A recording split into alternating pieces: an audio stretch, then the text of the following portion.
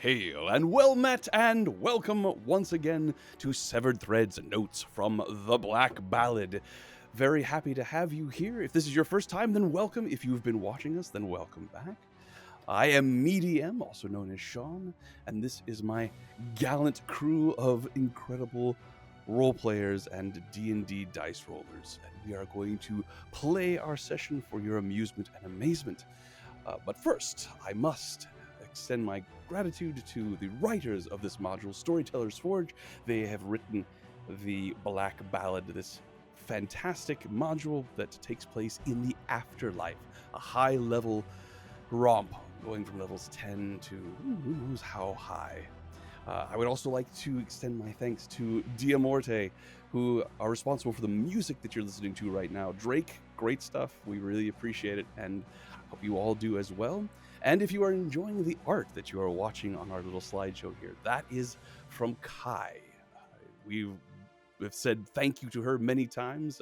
If you like what she does, then check her out. We have links to all of the things I've just mentioned in the chat, the Discord for Storytellers Forge, where you could get music from Diamorte and where you could commission Kai for art of your own. I'd also like to say that we have some giveaway contests going on. If you, right now, go into the Storytellers Forge Discord, which, as I said, is a link right in the chat, and mention this stream, that is Storytellers Forge Notes from the Black Ballad, then you will be entered into a raffle to win some nice stuff from Storytellers Forge. Also, if you go to my Discord, Medium Rare, you can see it right there in the chat, then mention this this stream, you will also be entered into a raffle, except I will be providing you with some dice. Who doesn't need more of those? Last but not least, if you enjoy actual plays and you enjoy what we all do here, I hope that you will check out Echoes of Kryn, which is a podcast set in the Dragonlance universe. Samus and I both lend our voices to that. We enjoy producing it very much, and if you are looking for a fun story to listen to, then highly recommend you check that out. Also recommend that you check out Buckle and Rose, which is the Etsy shop that is run by our own Ryan, a leather worker extraordinaire. Don't ask him to do technical stuff, but if you need him to build you a set of amazing gauntlets, then he is your guy. Both Ryan and Tess are in charge of the fantastic Ohio Shakespeare Company. What do you have coming up, Tess? We have our spooky show on the docket, my favorite stuff every year, and it's called The Woman in Black. If you saw the movie with Daniel Radcliffe, it is the same story, but it's in your face right there, spooky. Awesome. And again, you'll see links to their stuff in the chat. Also, we have the wonderful Soku, who is working on World of Tanks. Have anything to say about World of Tanks? Anything coming up there that we can look forward to? It's fun and always new. Very good. And last but not least, we have Jessie, who is an amazing mother, an amazing D&D player, and can only be found streaming right here. So if you like what she does, you're not going to be able to find it anywhere else. Exclusive. Great. So, as I Separate. said, I am Medium. We have Soku. Wave Soku. We have Samus. Wave Samus. We have Jessie. We have Tess. And we have Ryan.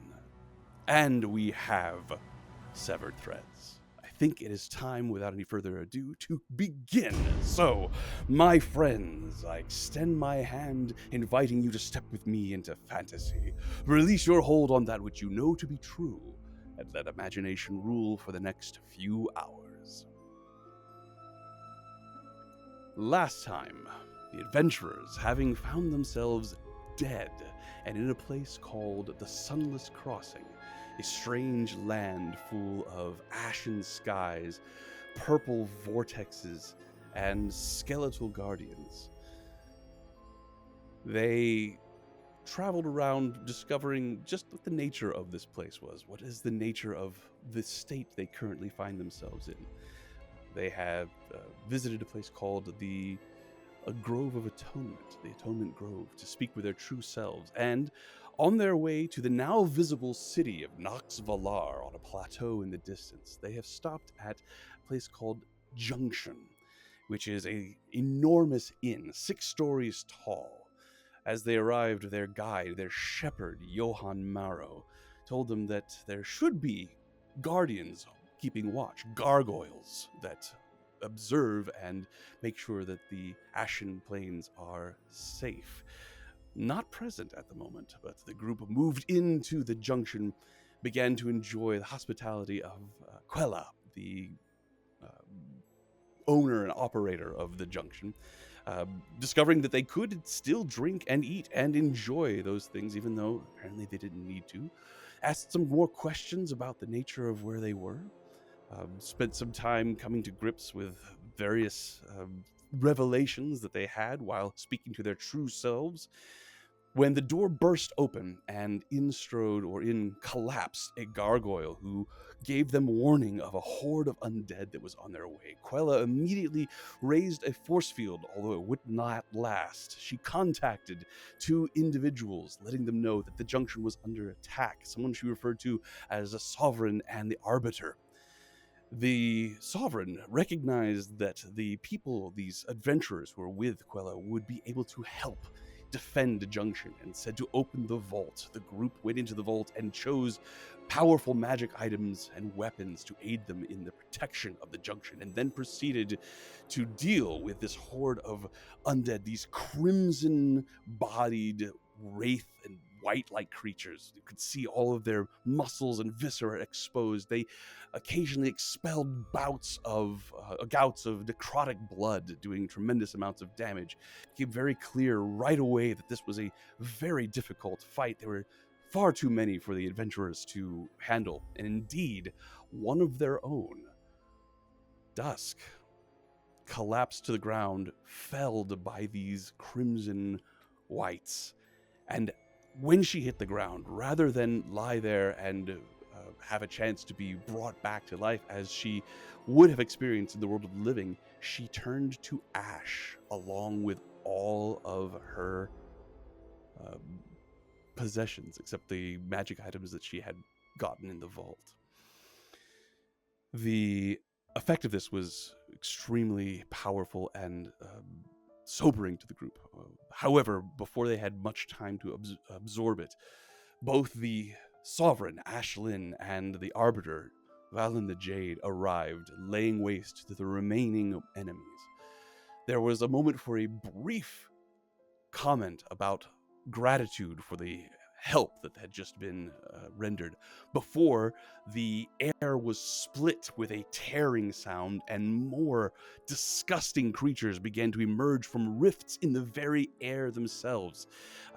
Strange bipedal masses of flesh that seemed to have mouths in the center of them, being mostly mouth. They had arms that had arms upon them, tentacles, strange non-symmetrical shapes roiling off of them, and tongues that loll along the ground. And in addition to these creatures, pouring from the rifts were a black miasmic-like goo that moved along the ground like smoke. This threat now in view, there is another call to arms. The group of warriors that have arrived with the Arbiter and the Sovereign, the Nixian Guard, runs out of Junction and begins to set up a perimeter to prevent this horde from reaching Junction.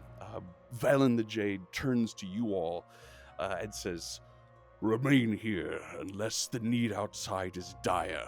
This will be where they attack first. We must maintain the integrity of this structure." And Ashlyn nods and looks to the rest of us. "I will remain here. These souls must be protected."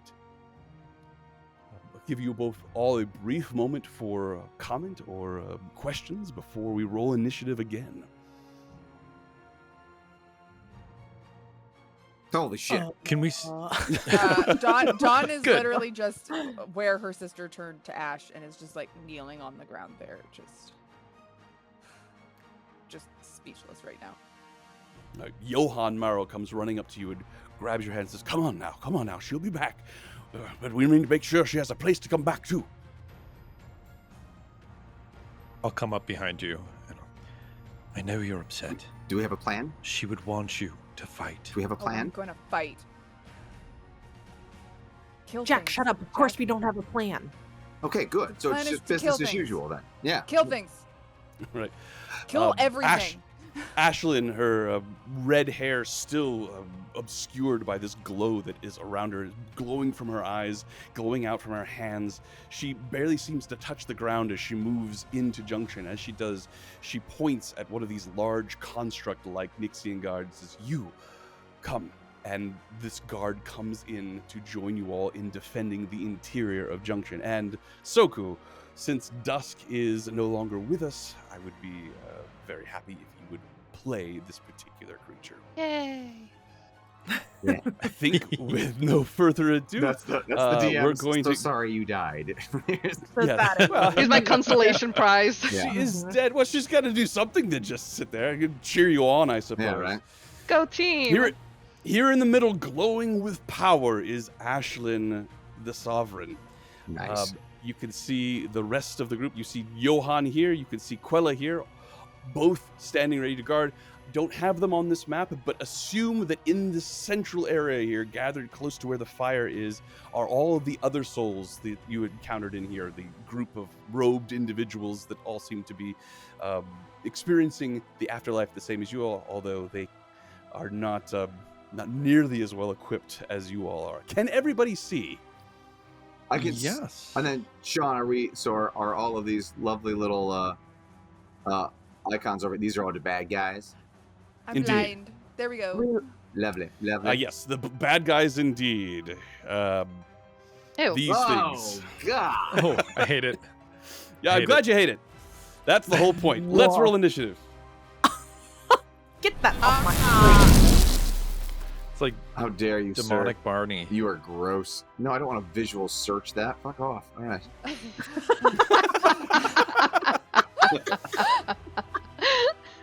Computer's like, you want to see some more gross shit? It's like, absolutely not. Yeah.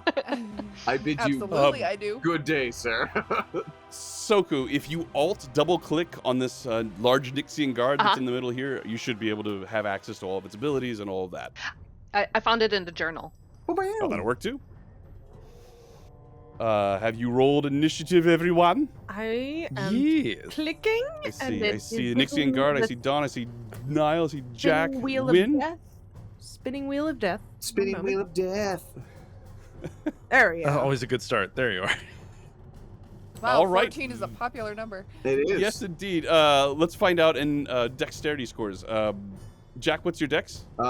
Amazing, but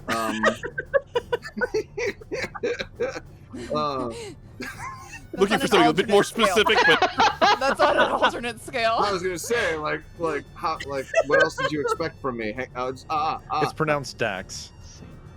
My dexterity is a 16 plus 3. 16 plus 3. So, Win, what is your dex? The same. The 16. same. plus Dawn, what is Oh, one. no. yours? I'm So lower than both of amazing. them. I have 12 All right. plus 1. Jack and Win, do you have a preference for who goes first? Oh, you can't just roll for it? Jack You can, can, go first because or you can his just dexterity decide. is amazing. It's yeah, I think you're right. amazing. Yes. Yeah. Based on that comment alone, he goes first. Thank So, you. Old very good. white fey confidence coming to the head. Does that? The bad guys once again are at the very bottom of the order. So at the top of the order, we have Soku playing the Nixian guards. Actually, no, it's That's Niall. me. Niall. Niles before. I apologize. Yes. Go ahead. With a crit on my initiative, which does not bode well for the rest of my rolls if history is to be any They're indicator. about to be I believe in in you. denial. Let's do this.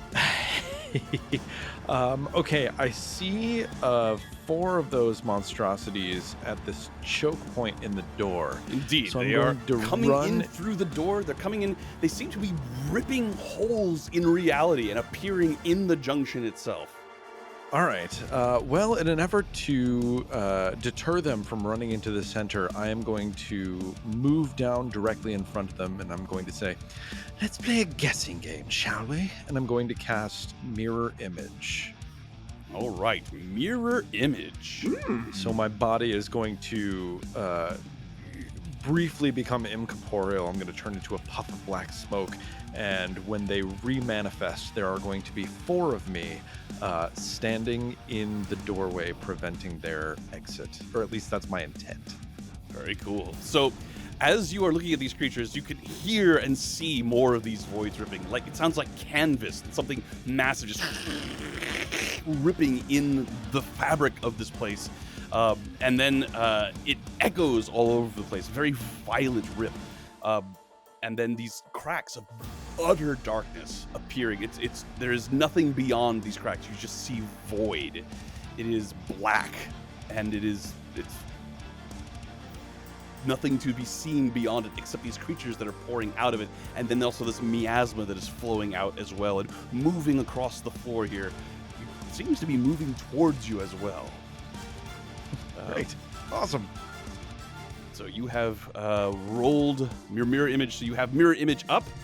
That is not a concentration spell, but it does require an action to cast. It does indeed. So your mirror image. Anything else? Any bonus action from you? I don't think I can do anything effective. I don't want to hide. I want to distract them from coming in and attacking the innocent souls on the inside. So I'm going to meat shield in anticipation of their destruction. That's going to bring us to the Nixian Guard, played by Soku. Soku, you are a large construct-like creature. Nice. Made mostly of armor, wielding a tremendous bow and also a large spear. And you have a great helm on your head. It just slits for eyes and an enormous set of antlers that comes out. Difficult to see if you are actually a creature or a construct for the rest of this group. Okay. So I am going to I'm going to multi-attack, forego 2 to do take aim. All right. Okay. And then going to use the great bow to hit the bottom left one. Very good. Bottom left down here.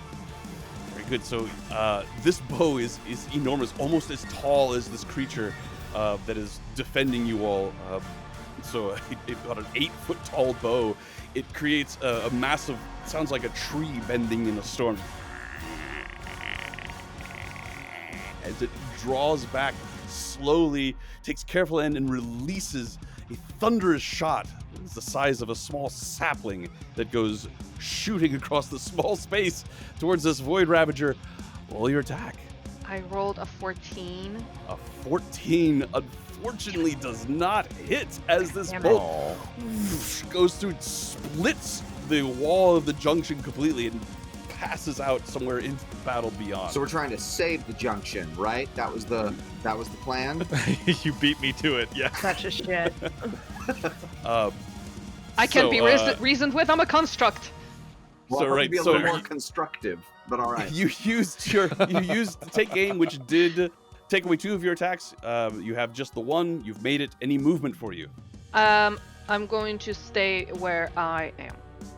Very good. That's going to bring us quick to... question. Oh, For the next round, since take aim is still in effect, does that mean I get to make 3 attacks with take aim active?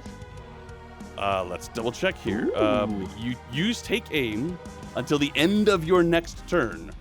When the guard makes a ranged weapon attack, it rolls an additional C. Guard takes skill to the end of its next turn, which would be the turn you just did. So, yeah, you would have to redo it. You'll have to roll to see whether or not you get the ability to do it back at the beginning of the next turn. Sorry. Okay. No problem. That's going to bring us to the Despairing Muck that begins to roil into this room along with you all. I'm going to roll 2d6. That's the name of it? Yeah. The Despairing Muck. The Despairing Muck. We've all been there. It's my nickname in high school. So I have a 6 and I have a 4. So 4 is going to be Nile. As some of this Despairing Muck comes towards you, Nile, it arrives at your space and begins to crawl up your leg. As it does, I'm going to need you to make a dexterity saving throw, I believe. Let Well, me double first, check. which one of me? Ooh. A good point. Love it. Interesting. Love it. Love this. It's not Love actually an attack roll. Oh. So, see, it is a wisdom saving throw. So it is a wisdom saving throw, and it seems to be acting like an area of effect based on what I'm looking at here. So that is that's going to not be subjected to your. So it will be just me. Yeah. Okay. So it's all three of your things. It begins to crawl up your leg, rolling up over your body. Roll a wisdom saving throw for me. I hate that so much. Ooh. But I got an 18. All right. With a +0 on that. Nice. Very nice. That is a success. It is you for a brief moment you feel a sensation of hopelessness roll over you. You can't possibly, when you look out and see how many of these creatures are out there, you can't possibly succeed. But you shake your head, and all three of your mirror images shake their head. Do they all look exactly like you, or have you zhuzhed up your appearance at all? Oh no, they are completely identical. I'm going for maximum confusion. Love it. All right, very good. So that is a success. The other one lands next to, let's see, we're going to go with up here. We're going to have a Void Ravager, since I rolled a 6. That's going to come to there. That is going to be the Despairing Muck, and that is now going to bring us to Jack. Man, Despairing Muck sounds like so many coworkers that I've had in my life. All right. Jack is immediately going to take flight, go up into the air. He's going to briefly kind of perch on this chandelier atop there. What's the height of the ceiling there, DM? Can I get there is my question. Yes, you can get there. So I'm going to get myself up in the chandelier, and then he's going to look down at Dawn and say, "You want to avenge your sister? Then kill some shit." And you see him form his hand, which then erupts into an ebony owl's claw. As he throws it down at Dawn, it collapses around her. It enlarges and then just engulfs her. You hear this disgusting squishing sound of her bones and blood being burst. Just and then emerging from this claw, you see one giant lizard leg, another giant lizard leg, as his polymorph begins to take effect. And what emerges out of this claw is supposed to be a giant T-Rex, but I have a feeling fuckery will be had because magic. So, why? Because some strange things happened to the horses? Last time I summoned summoned horses? horses, they were skeletons. And my dog had 3 heads. And the dog had 3 heads. So there's We Dawn- like the 3-headed dog, though. Dawn, We're here for that. describe to me how you're feeling, having seen dusk crumble to dust. All Dawn wants to do is protect her sister while she's on this. And this is the second time in a day that her sister has died in front of her. So she is feeling so much pain and anger towards all of these things, and she just wants to destroy things. She's just feeling like when you're so mad you want to break something. That's what Dawn is, and she's got a lot of bad guys she wants to break. All right, so this spell takes effect, and you feel your body growing, but within you feel this intense regret that you weren't able to protect her. Twice. It is weighing deeply on you, and you know how terrible and how destructive that sort of regret can be. So rather than hold on to it, you begin to channel it into what is happening. You begin to feel this change coming over you, and you imbue it with all this regret, giving all of it to this magic. And as you do, a reptilian claw does indeed come out. Hey. And then another, but it is dark and shadowy.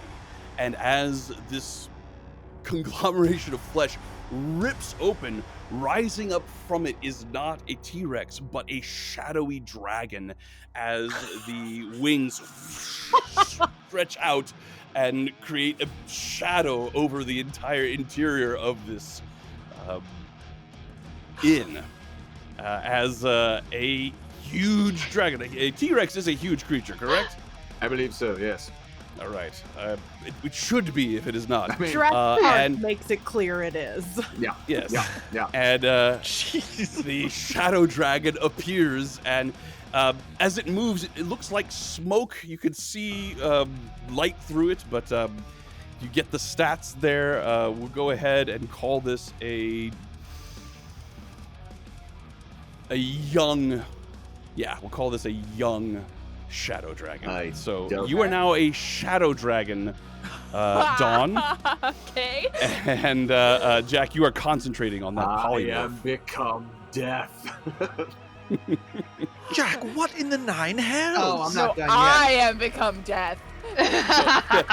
What she said. Lets out a roar. She opens her mouth and lets out a roar, and nobody hears the thing, but you could feel the interior of your body rumbling as if the sound that it is making is actually too low to be heard by your actual ears, but you feel it in the interior in your organs. The brown note. I'm telling you. The brown note, yes. I'm telling you. I've become too powerful to be left alive. And then Jack is then going to go ahead and hang on a second. I didn't mean that, DM. And then he's going to go ahead and lock eyes with Win and saying, "You're not getting out of this either." And then he pulls out his bandolore and plays just a juicy bass note, like doom doom doom doom doom doom doom. And then he goes, "Awaken, awaken, claim the lives that must be taken." And then he gives you inspiration. Inspiration? And that inspiration goes to who? Win. Oh, Bardic win. Inspiration. Bardic Got it. inspiration. Of course. What inspiration is there? I thought you were giving else me does he do? inspiration. I was like, I didn't Like, know oh. you could do that. I mean, hey, if you want to say inspiring, You get I understand. You get the black heart. All right. That's Jack's turn, unless Jack has any movement. I have already moved my full height up to the chandelier. Yes, indeed. Brings us to Win. She turns to Jack and says, "I didn't fucking know you could turn us into dragons." And recognizes how important it is to keep this dragon on our side. So she's going to cast Shield of Faith on Jack to Very help with good. his concentration. Ooh, I like that. So add +2 to your AC. Oh, stuffy. Indeed. And then for her movement, she's going to activate her winged boots and Okay. fly up in the air, let's say 20 feet. Double checking that activating your winged boots is a free action. It didn't say either way, so I was hoping that If it doesn't say, then I will Lazily sneaky. If it doesn't say, while then I you will wear say these that. boots, you have a flying speed equal to your walking speed. You can use. The Oh yeah, boots so to they're just fly. always active. There you go. You're good. Okay. You So just choose to walk as opposed to fly. yeah, so Well, I'm now just that- gonna go straight up. Let's say 20 feet. Okay, up 20 feet. Look at you. That's pretty badass. Both Jack and Win flying above the battlefield. Very good. Right. That is. That's me. I think you still have an action, do you not? Shield of Faith is a bonus action to cast. isn't it? way. Yeah, it's a bonus action. Oh my gosh, I'm gonna do so much more. Just Um, fuck it up. 1 second. Crush some shit. First. Okay, there's Shield of Faith. Can I cast Moonbeam right fucking here and get both of them? Absolutely. There's a problem with that, however.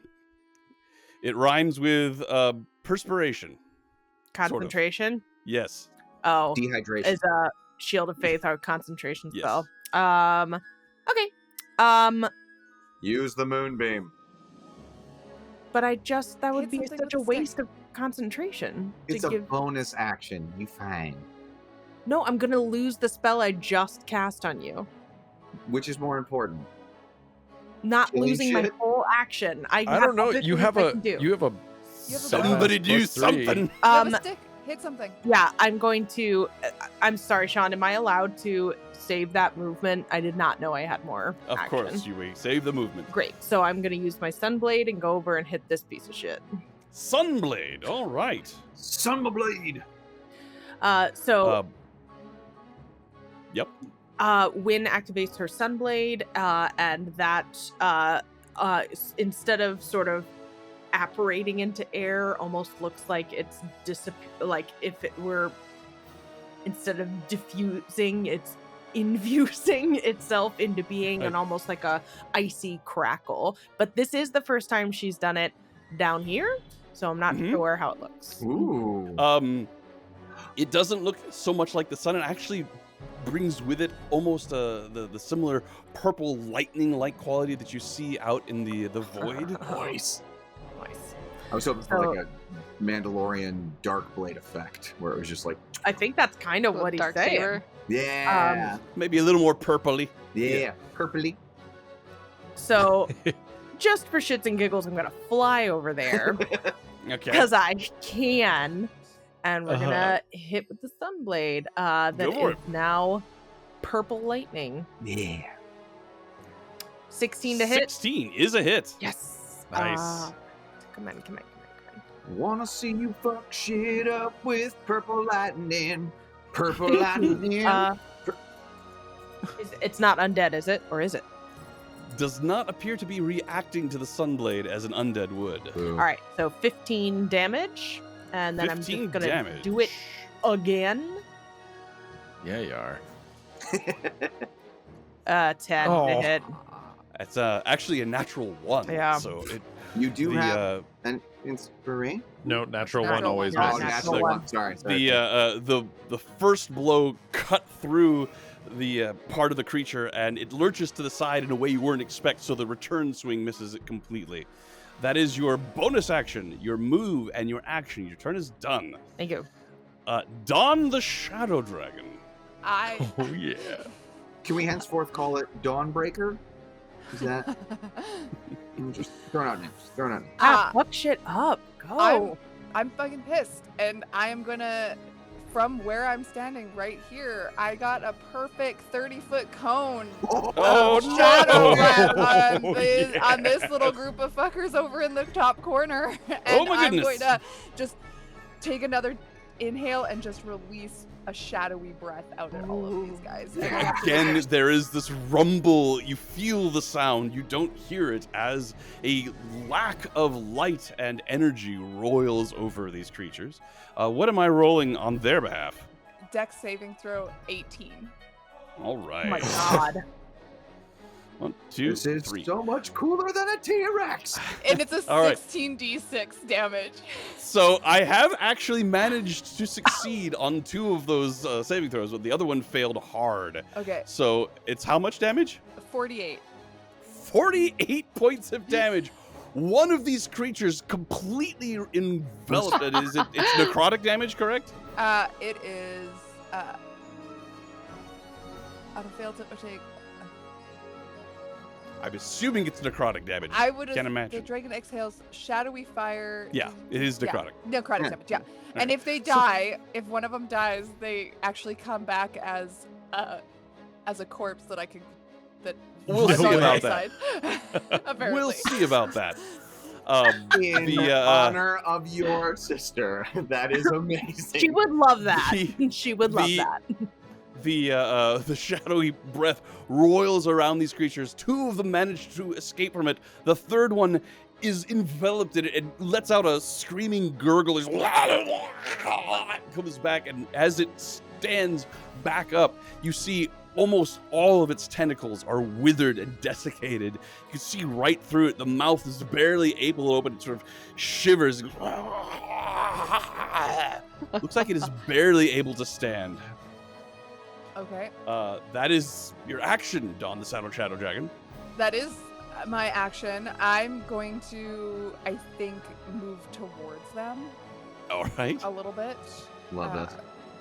Just to kind of put myself between them So and about like that. yeah, and Alrighty. everybody else kind of thing, just to like get a little more blocking. All right. That is going to bring us to Ash Lynn on her turn. She once again gathers up this energy that is around her and shoots it out. While it goes out, you get a clear view of her. Red hair, wearing a dark robe, has a She must be a staff Weasley. along her back.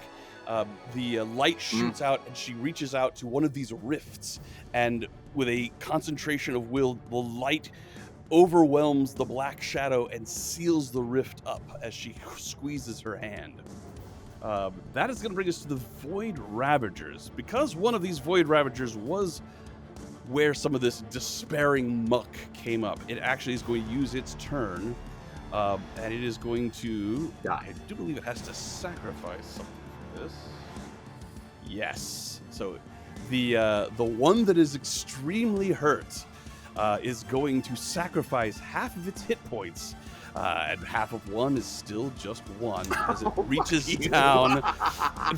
down and picks up some of this muck and throws it at the Shadow Dragon. Shadow Dragon, as this muck lands on you, I have to make a attack roll. Let's see, just a second here. Dex save. Is it dim light in here, or is it? It's Never mind. It's bright light. The muck sails past you with one hit point. This creature barely had enough strength to... I'm sorry. With that, no, like from the visual for me is that he picks it up and just throws it right at his feet. Exactly what happened. Turn from whence you came. The roll was a 2 on the die, a +5 for the attack. Not even close. Literally me throwing anything. So, yeah. Here around Wynn, the Void Ravagers come. These three come to surround her. This third one actually begins. It opens its mouth and begins to chew. It doesn't seem to be chewing anything. Then, bizarrely, you watch as it seems like the very reality that you're looking at, the space between you and the wall, the space itself is beginning to be consumed, almost as if this creature is sucking in part of whatever this room is in a bizarre way.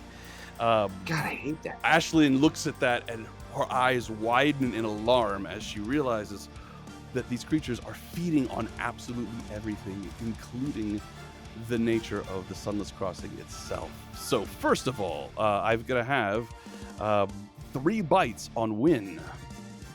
Remember, you got to do 10 inspiration. 14, I've got a 10, and I've got a 19. I think all of those miss. As your shield knocks away the blows of each of them.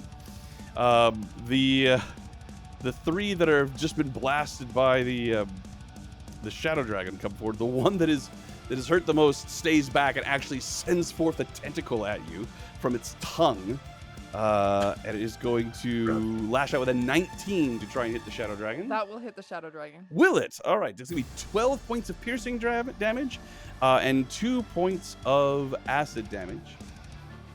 The other 2 are going to bite. A 14 is going to miss, but a 24 I think is going to hit. On a hit, half of your HP maximum is taken away. Your total HP maximum drops by half. This creature chomps into Yeah. Oh my gosh. I hate it here. everything. So in the I think you should be somewhere around 175 hit points. Sounds about right? Yeah, 178. So I go down to 178, 89. so 89 with 1 bite. Okay. Then so there I are go down from. So my 178 gets dropped by 14 for the first hit. Then it goes down to 164, and then my 178, and then I get brought down to 89. Do I then also take does the 14 come off of that? So your maximum HP, whatever your maximum HP would be, half of that is the damage you take from this bite. Okay. Makes sense? Oh So my God. don't include the 14 in that calculation. Okay. So on Nile here, we have. I'm terrified now. yeah, no shit. So first of all, not a Shadow entropic Dragon. bite. That's going to be a 10. Let's see. Remind me of how I think it missed regardless, but so it doesn't Yes, matter. on if a 10 it misses. So the first of all, in order to, if we have to determine if it hits me or one of the Right. So we'll wait and see if I hit first. If I don't hit Okay. anything, we won't worry about it. Okay. So that's 1 attack. 2. The other one attacks you as well. Both of them have missed. Okay. The one that is here also begins to eat the reality of where you are. Hate it. And then Gross. this last one here is going to it's gonna lash out with a tongue. Is this the scary attack? Gross. Well, they're all scary attacks. No, Bites. but The bite seems You know to be exact- what was scary before. How's a Okay. 15? That is meat to beat. Meat to beat. So 7 points of piercing and 6 points of acid damage as this tentacle So wraps I- around you, and there's a. However, let us roll to see if it hits one of you or one of your buddies. So Yes, go ahead and roll a I d20 for me. D20. Yep. Okay, that's 10. So it is one of my. It's above All a right. 6, so it's one of my images. One of your images goes away, leaving you with 2. That is going to bring us to the end of this round, at which point we'll describe what Quella and Johan are doing. Quella creates another force field, except much smaller, much more quickly created, that she moves into the middle of the room, right in front of the hearth where their other souls are gathered. They are terrified of everything they see. The shadow dragon that has not registered with most of them that it is on their side, and so they are gazing at it with absolute horror. That's fair. But That's the fair. other creatures in here are also quite scary. She creates a force field around all of them with herself in the middle, but then holds it with one hand and begins to prepare another spell in the other hand. Johan is taking his staff and whizzing it back and forth, doing complicated martial arts moves as he steps forward and is essentially just trying to keep these Void Ravagers occupied so they do not continue to chew on reality.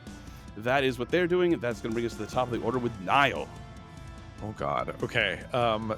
They are not engaged with anybody else, and I am not hidden right now, so this isn't going to be nearly as effective. But I am going to. I remember hearing somebody say something about coming out and tanking, being a meat shield. Yes. The rogue meat shield, very effective. Yeah. But innocent lives. All right. I am going to swing my Nixian blade short sword at the one that is. Actually, you know what I'm going to do is I'm going to cast Booming Blade with my Nixian.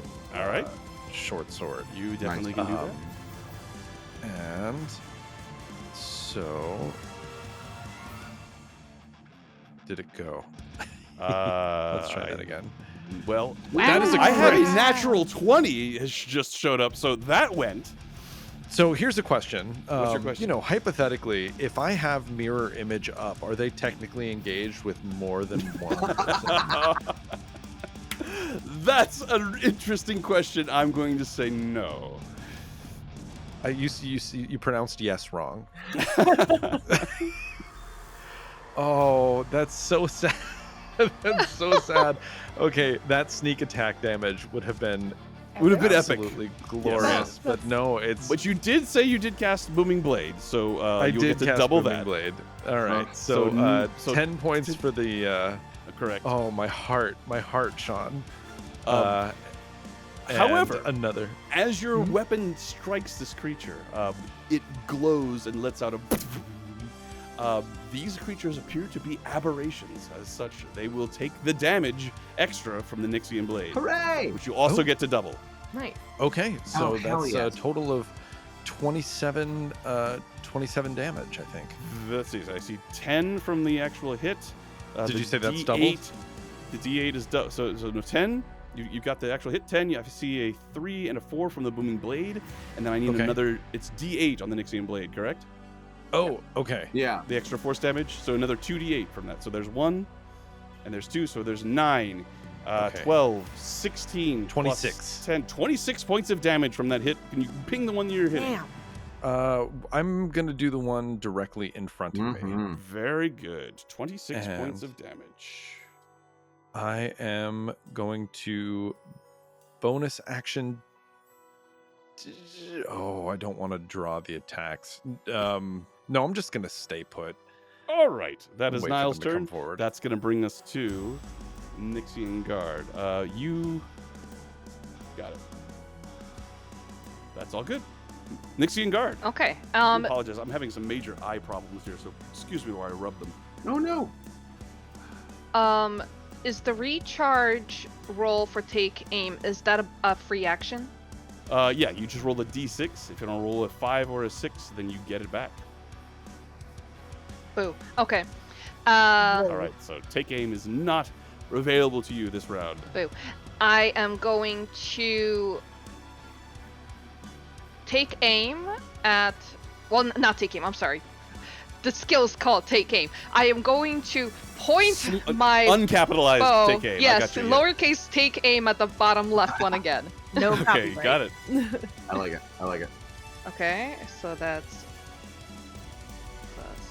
+9. Another 14.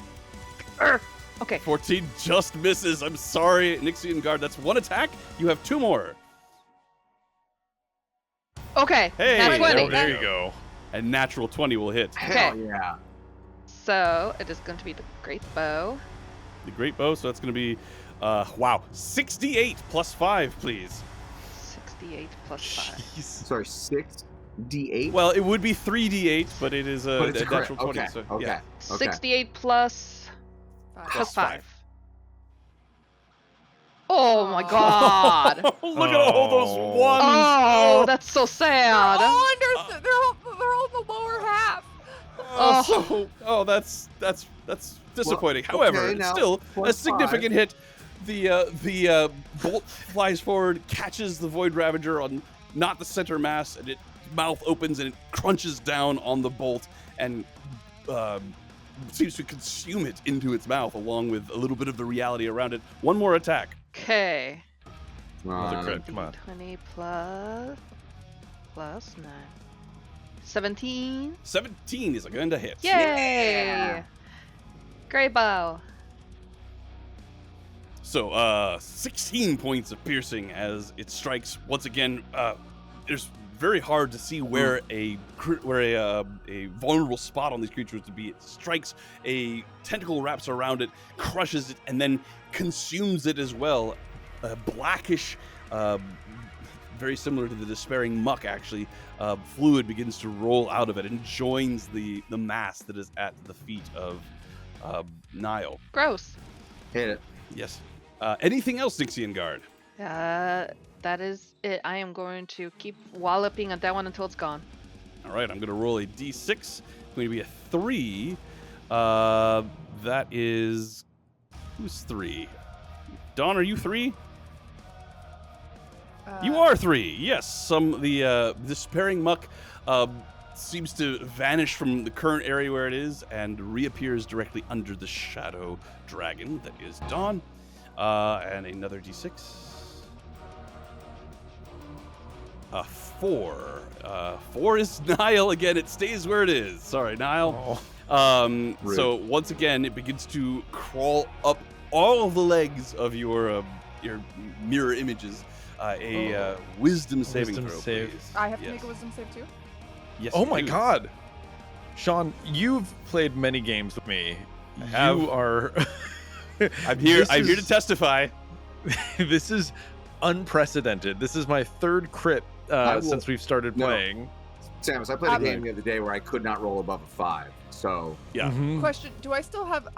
Still had the symbol for my bardic inspiration. Do I still have Yeah, that? you still then? have it as It's a a- yeah, it's a absolutely as a D10, shadow right? dragon. yep. Or at 14? 14. I can put that on a saving throw, right? Yeah, Then yeah, 14. total. absolutely. 14 unfortunately does not succeed. However, the saving throw that Niall made does. Again, you feel this despair roll over you, Niall, but you're able to throw it off. However, Dawn the Shadow Dragon, as this miasmic-like goop moves, it has a liquidy and a slime-like quality to it. It moves like smoke along the floor. As it comes to you, it begins to rise up all of the legs of the Shadow Dragon, finding its way up the torso and gloms onto you, weighing you down. And within your Shadow Dragon mind, that bit of you that is Dawn begins to just give way to this overwhelming sensation of hopelessness. You will fail here. You will never see Dusk again, because for all you know, her soul has been utterly destroyed. She will never appear in any afterlife ever, and that will be your fate as well. As this happens, you just sink to the ground, and you're not going to be able to do anything at all until you succeed a saving throw, which you could do at the end of your next turn. That is The most badass person we have right now. is the end of the Despairing Muck's turn. That's going to bring us to Jack. I hate that so much. All right. Jack is going to go ahead and take his action and kind of see his friends fighting a fucking 3-4 front fight. And he's like, okay, time to loosen things up a little bit. And you'll see his hands suddenly convert into owl feathers as he does this. And he says, die, snivellate. And he'll go ahead and like throw the feathers down into the pile of fucking just gross things that are in front of Niall. So Okay. Basically what I'm doing, DM, is casting Synaptic Static Of course. on that pile of 4 there. So as these owl feathers penetrate these abominations, are aberrations, the purple lightning connects between all of them, and it just electrocutes the shit out of them. So I will need them to make a intelligence saving throw. Be so kind. DC 17. All right. I have 4 failures. Huzzah! Nice. As they do indeed writhe That's this gonna be psychic 27. electricity rolling over them as they shake their tentacles and bizarre misshapen and asymmetrical limbs. 27, you say? 27. The one that was struck by the Nixian short sword collapses in on itself, almost as if the mouth is some sort of void, as it and then disappears, leaving no trace. Bye. Thank and then, you. Of course, so for the next minute, since they all failed it, they all have a Yes. D6 that they subtract from any one of their attack rolls and ability checks, as well as the Constitution saving throws and all that. Correct, and they get to do another saving throw at the end of each of their turns. At the end of its turn, yes, and ending the effect. All right. So that is now in play, and then again, using my bonus action, when you still got one, I'm gonna go. But Dawn, you just burned an inspiration, yeah? Great. So since you are my dragon friend in trouble, I'm gonna go ahead and again and say, "Rise up on wings of shadow and burn the earth," and like hit that bassy note on my bandolore. Yes. As it goes ahead and gives you another point of inspiration. So you got a D10. Yes. You get a black heart as well. Very cool. That's gonna bring us to Win. I've been sitting here trying to think about the most badass thing that I can do, and what it is just to beat Is ass. kill shit. And so I'm gonna take my Hard to argue with that. and hit the same one that I hit before, 24 to hit. Yes, 24 is a hit. And so I would imagine. And actually, are these fiends? Sean? No. Aberrations, I believe. They do not resemble any fiend you have ever seen. The creatures that you fought before were clearly undead. These, if you had to guess, I'd say at level 10 you've encountered enough aberrations to know that these are aberrations. As such, your Nixian longsword would probably lend a little extra damage, but then the Sunblade is pretty cool too. Yeah. I did So, think of that after I drew it, and I was like, you know what? I'm not putting it down. So that would be hard to put down the lightsaber. damage. And then I'm just Sorry. Hard to the plasma sword. Sorry, Disney. Oh god! Oh god! oh god, they can hear us. And just like that, the entire Sunless Crossing was destroyed. It's just like everything Comes fades down to around black. us. No! All right, so 6 damage for the first hit, 21 to hit for the second hit, with another 7 damage. These are doing two-handed. Oh, that's I know. a shame. It's such a shame. I rolled so much higher for my one hand, but I was One-handed, but two-handed. two-handed. Yes, I gotcha. So a total of 15 points of damage.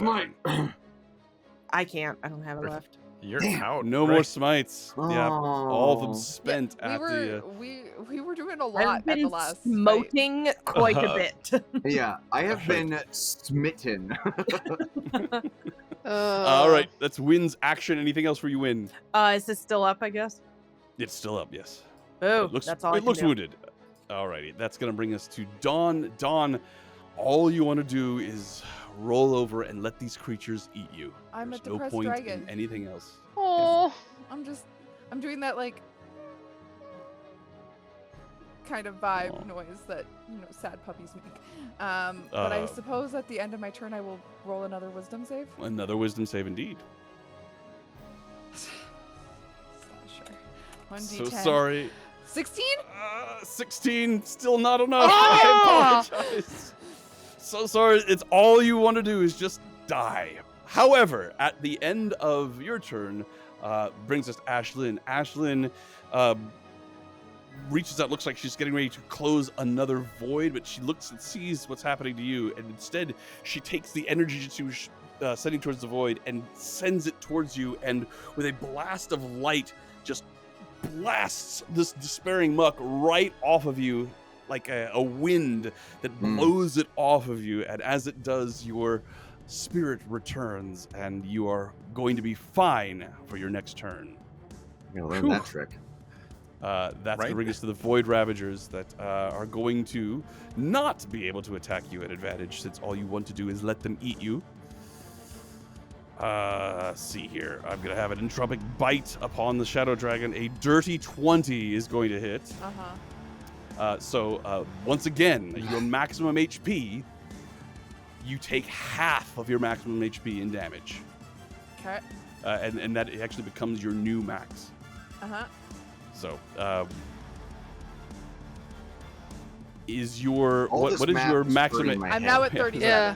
You're now at 36. Oh, it's at 37. All right. Very good. That is that. The second one is going to attack. 9 will miss. Fuck off. The last one that is still up lurches forward. Stupid thing. Opens its mouth. As it does, you hear the Yeah. crackle and snapping of its tendons and body as it comes down and tries its very best to make its final. I rolled a natural 20. Yes. I'm so sorry. Let's see. Did we lose Samus because Yes. of the weather? His internet went down. Alrighty. We'll hope it comes back soon. Otherwise, we'll have to carry on without him. So that is the final attack. It doesn't do any extra damage to you. It's just a hit. So it once again takes your maximum HP and halves it. And it rounds down, right? Yes, rounds down. What is your Yeah. total? 18? Total is 18. All right. That is those. We're going to go for Win next. Thank God I'm a shadow dragon. Yeah, I was gonna say this is just A- depressing. Like 22 is going to hit. Win, your maximum Damn it. HP is... Just my max HP is halved, so 42. So 42. Then the second bite from another one is going to be a So natural 1 for a miss. okay. so that means I'm and then down to 42, right? Because I had 42, 56. correct. Yeah. And then the last one is going to miss with a 17. Yep. And then against Niall, let me see here. I've got a bite coming. It's going to be a 16. His AC is 15, so that will hit. I'm going to roll a Did D20. you subtract a D6 from that, Sean? I did not. I will. Is that a cutting words you're using? Nope, that is the synaptic static. Something except that. Sorry, the D6. 6. So that's gonna be a 10 for a miss. And then Use a good I dog. tell you what. I Niall. tell you, we're going to skip the ones that are attacking Samus since he's not here. We're going to assume that he takes some damage, he dodges some, and we'll go on from there. And that is going to bring us to his turn, which again he continues to hop back and forth. Fast as fuck, Just boy. a second here. That is going to bring us to the Nixien Guard. Go for it. Okay. I am going to roll to see if I get my take aim back. D6. Yay! Got it back. So once again, I assume you are taking aim. I am taking aim. And okay, so the guard takes careful aim at a creature you can see within 600 feet, which is so far, like across state lines. Oh my god. Ridiculously far. 600 until the end of its next turn. When the guard makes a ranged weapon attack against that creature, it rolls an additional 1d12 and adds it to the result, which I didn't do. We will call that fresh arrow All right. novices. And then if the attack hits, it deals an additional 21 damage. Nice. So, okay, so let's see. All right.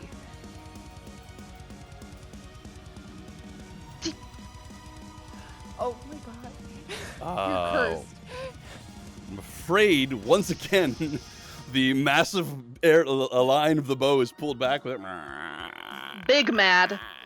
And flies out, creates another enormous hole in the junction, and Quella watches this as, whose side are you on? I'm just trying to clarify. That's on our side, right? Because it just keeps putting holes in things. Maybe looks at- the helmet is a bit askew, so maybe someone can. She sends you the dirtiest look, Jack, as she looks at me. She's no mood Imagine, whatsoever to the be construct's head just like rotates a full 180 degrees. It's just like. Zzz. I'm so sorry. That is Dixie and Guard's turn done. Brings us to Jack. That's you. Woohoo! Sorry, I had a moment of okay, so the dragon is no longer fucked. Everything else Correct. is great, lovely. I mean, I'm not saying that the dragon's in great shape. Yeah, right. No kidding, right? How?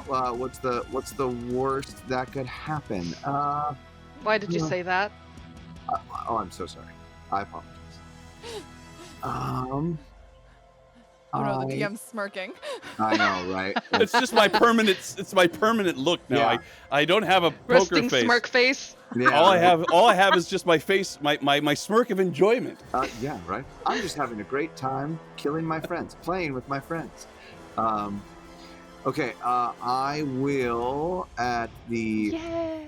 4th level Ooh. cast Dissonant Whispers. Who's how many of the bastards over by the dragon are still alive? I see one. Two of them are wounded, having been breathed upon. All right. One of them is extremely wounded. Okay. Which one is extremely wounded?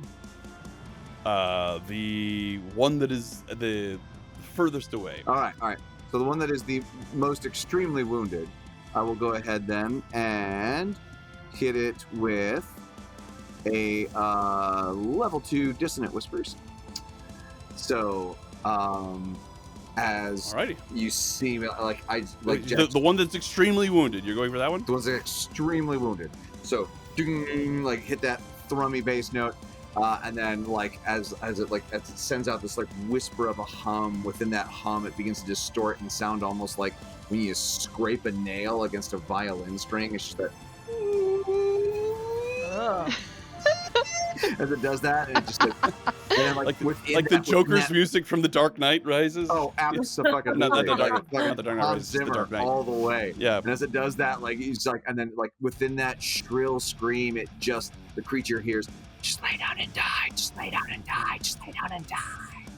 So It had one hit point Oh, I'm left. aware. So even if I'm it aware. rolls its saving throw, which I'm not gonna roll, you watch as it folds in on itself and just leaves this reality with a small pop. lovely. It is gone. Anything else, Jack? Got 99 problems, and that guy's no longer one. All right. All right. So, Oh no, How I do I don't get- like that. yeah, no, that's good. No, that's me. I'm gonna be done. Yes, So- sorry. Samus is back. Storm. Yes, survive the storm. And that's when he looked up and said, Damn "I right. am the storm." Hair toss. How Well, dare you? Oh Wow. my God. Monster. Rude. Wow. Good night, everybody.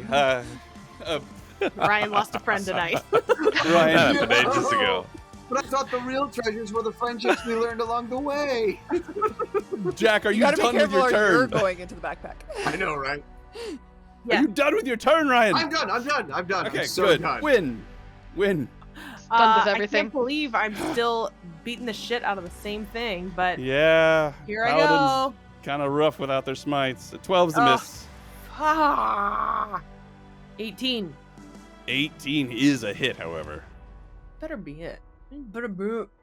You better fix my life, you little shit. 8. 8 8 damage. points of damage. All that damage is 8. It is still up. You know, the other sword does more damage. Ryan, I'm just. fight me. That was was Jack talking. That was just Jack. Let's bring us to Dawn. Dawn the Shadow Dragon. Would you please roll to see if you get your breath weapon back? Do it. That's Do it. not what that was supposed to. Okay, slasher. What do you? Come on. Oh. I do not. Serious. Do not. Now, technically, even while you were stunned, you would have been able to Ooh. still roll to see if you got it back. So roll again. Oh. Roll again. I do not. No, you do not. But I do, however, have 3 attacks that I can do. Go for it. So I'm gonna take a bite at the one closest to Kella. Okay. 18. 18 hits. Yes. It Oh, this takes is gonna hurt. 17 piercing damage and 1 necrotic. Interesting. Okay. Interesting. I rolled not great. It looks extremely wounded. And then I'm gonna swing at it with one of my claws. Okay. Oh, yeah. Natural 20 Fuck yes. Oh dear. and I rolled I rolled really high damage slasher 6 for another 16 points of damage. 16 points of damage. As the claw comes from completely eviscerates this creature, going right through where the mouth is, and the claw, there's some of the shadow that makes up your claw actually is sucked off and into the void that this thing creates as it just and explodes, or actually doesn't explode, just pops out of existence. Implodes. And then I'll Implodes, thank you. swing my claw around and go for the other one with my second claw attack. Yeah. Yeah. Another Oh natural 20! We are blessed Yes! this evening. How I long know. can you stay a dragon? Redemption. She is become death. Slasher. The damage! Oh my god! For 27 points of damage! Holy crap! This one also implodes with the destructive power of your mighty claw. Yes. How come Hell my yes, dragons God. never roll that well?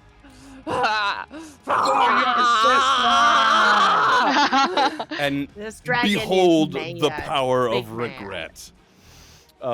So at the end of this turn, before the Void Ravagers have their final turn or have their next turn, Wait, what? in through the back door and in through the front, you see Valen the Jade, the massive green gargoyle, along with the remaining Nixian guard. All of them sustain cracks and severe damage, as it appears that they are not immune to this consuming power that these creatures have.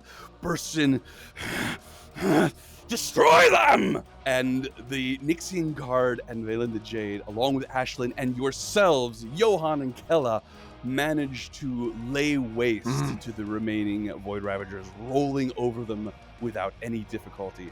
None of them having had a chance to eat away at enough of the junction to cause it even to sway. It is still there. The muck dissolves and dissipates into the ground if it's not sucked up into the void, the rips and the rifts that Ashlyn has created, destroying. All of it seems to dissipate. However, the muck sticks around for a bit longer than the monsters do. There's a few other Nixian guard that chase it away or sort of keep it at bay with their spears, separating it out, sort of cutting it into smaller pieces until enough of it evaporates, sort of like snow or large pieces of ice. As the fight concludes, Valen and Ashlyn approach you.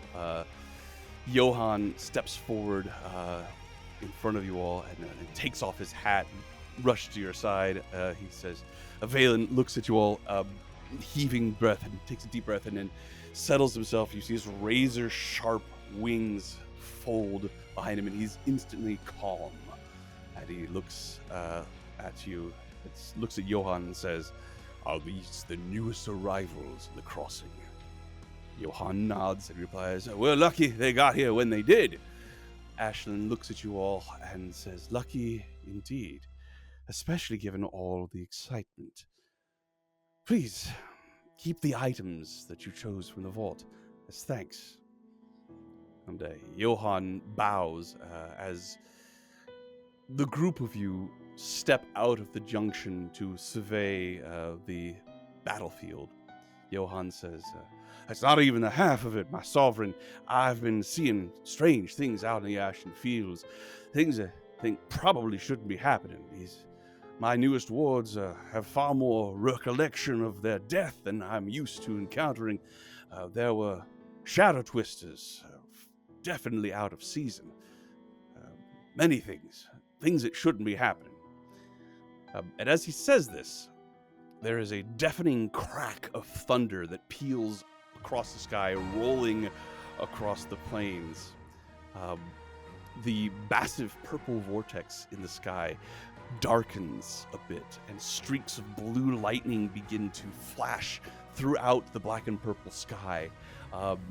The thunder rolls again, and the clouds open up, and thousands of bodies wreathed in scarlet flame begin to rain down on the sunless crossing. And Johann looks up and it says, like that. That definitely should not be happening. And that will be where we take a break. See you all back here in about 5 minutes while we get a drink and stretch a bit, but ready to continue this on when we return. I guess it's a good thing we got murdered when we did. Yikes. Jeez. Bye. See you soon. Shit. Remember to check out the Discords in chat. When we return, we'll talk to you a little bit about some giveaways that we're doing. So, see you soon.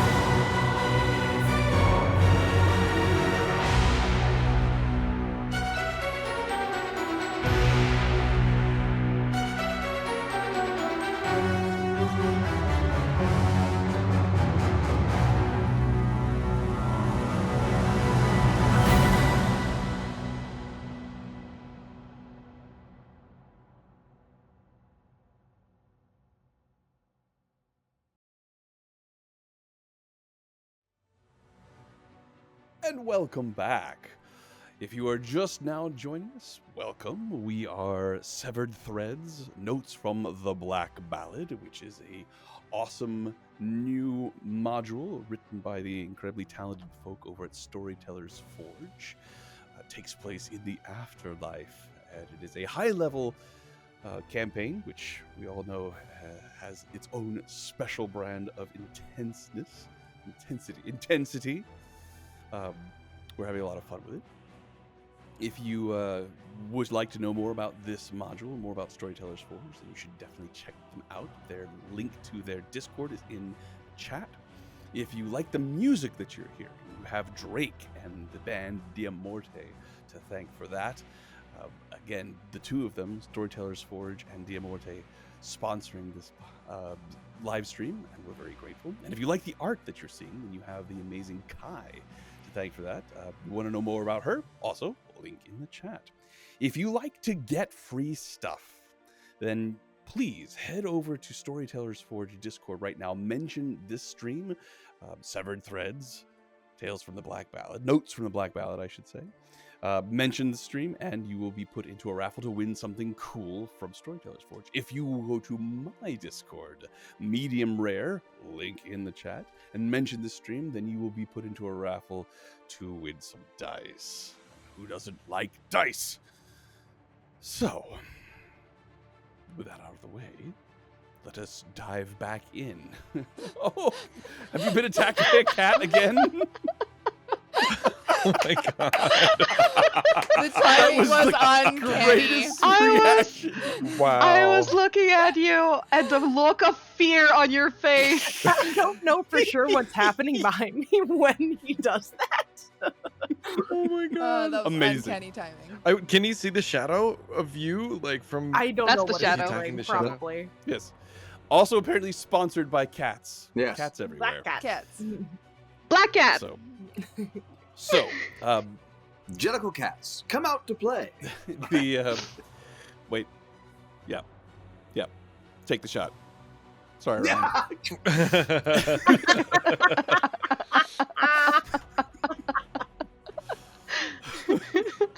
Oh my god.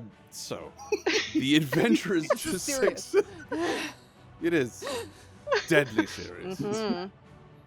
The adventurers just defended the large tavern and inn known as the Junction, a waypoint on their way to the city of Nox Valar here in the Sunless Crossing, a strange interim place, a limbo, a waiting area, a collection of souls that have the potential to be resurrected, so they are not yet ready to move on to their final rest.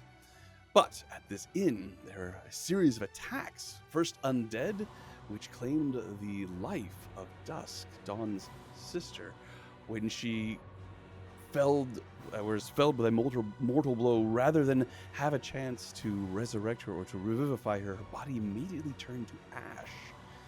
And Dawn is still reeling from that, and the entire party for that matter. The godless monarchy, in the forms of Arbiter Sovereign Ashlyn and Arbiter Phelan the Jade, have arrived and helped to defend as well. The very last thing that happened as the last enemies were defeated was the sky opened up and thousands of corpses wreathed in red flame begin to fall in the distance, lighting up the sky. Based on Johan, your Ashen Shepherd's response, this seems to be an unusual occurrence. However, Valen the Jade looks up at it, looks around, and then shakes his head and says, "This has happened before. Not quite like this, but this many souls arriving means there must be some massive battle happening in one of the mortal realms. It is unusual, but nothing to be alarmed about. However, there will be a large influx of souls soon. Sovereign, we should return to Nox Valar." And Sovereign Ashlyn, her gaze still being held by these falling corpses, nods slowly and then takes a breath and decisively, "Yes, you're right, Valen." Turns, looks at the group of you and gives a small smile and says, "Again, thank you for your aid. Quite lucky you were here. We'll see This you place. at Knoxville." Pardon? What makes it so special? Why is it so necessary to defend in such a large realm as this?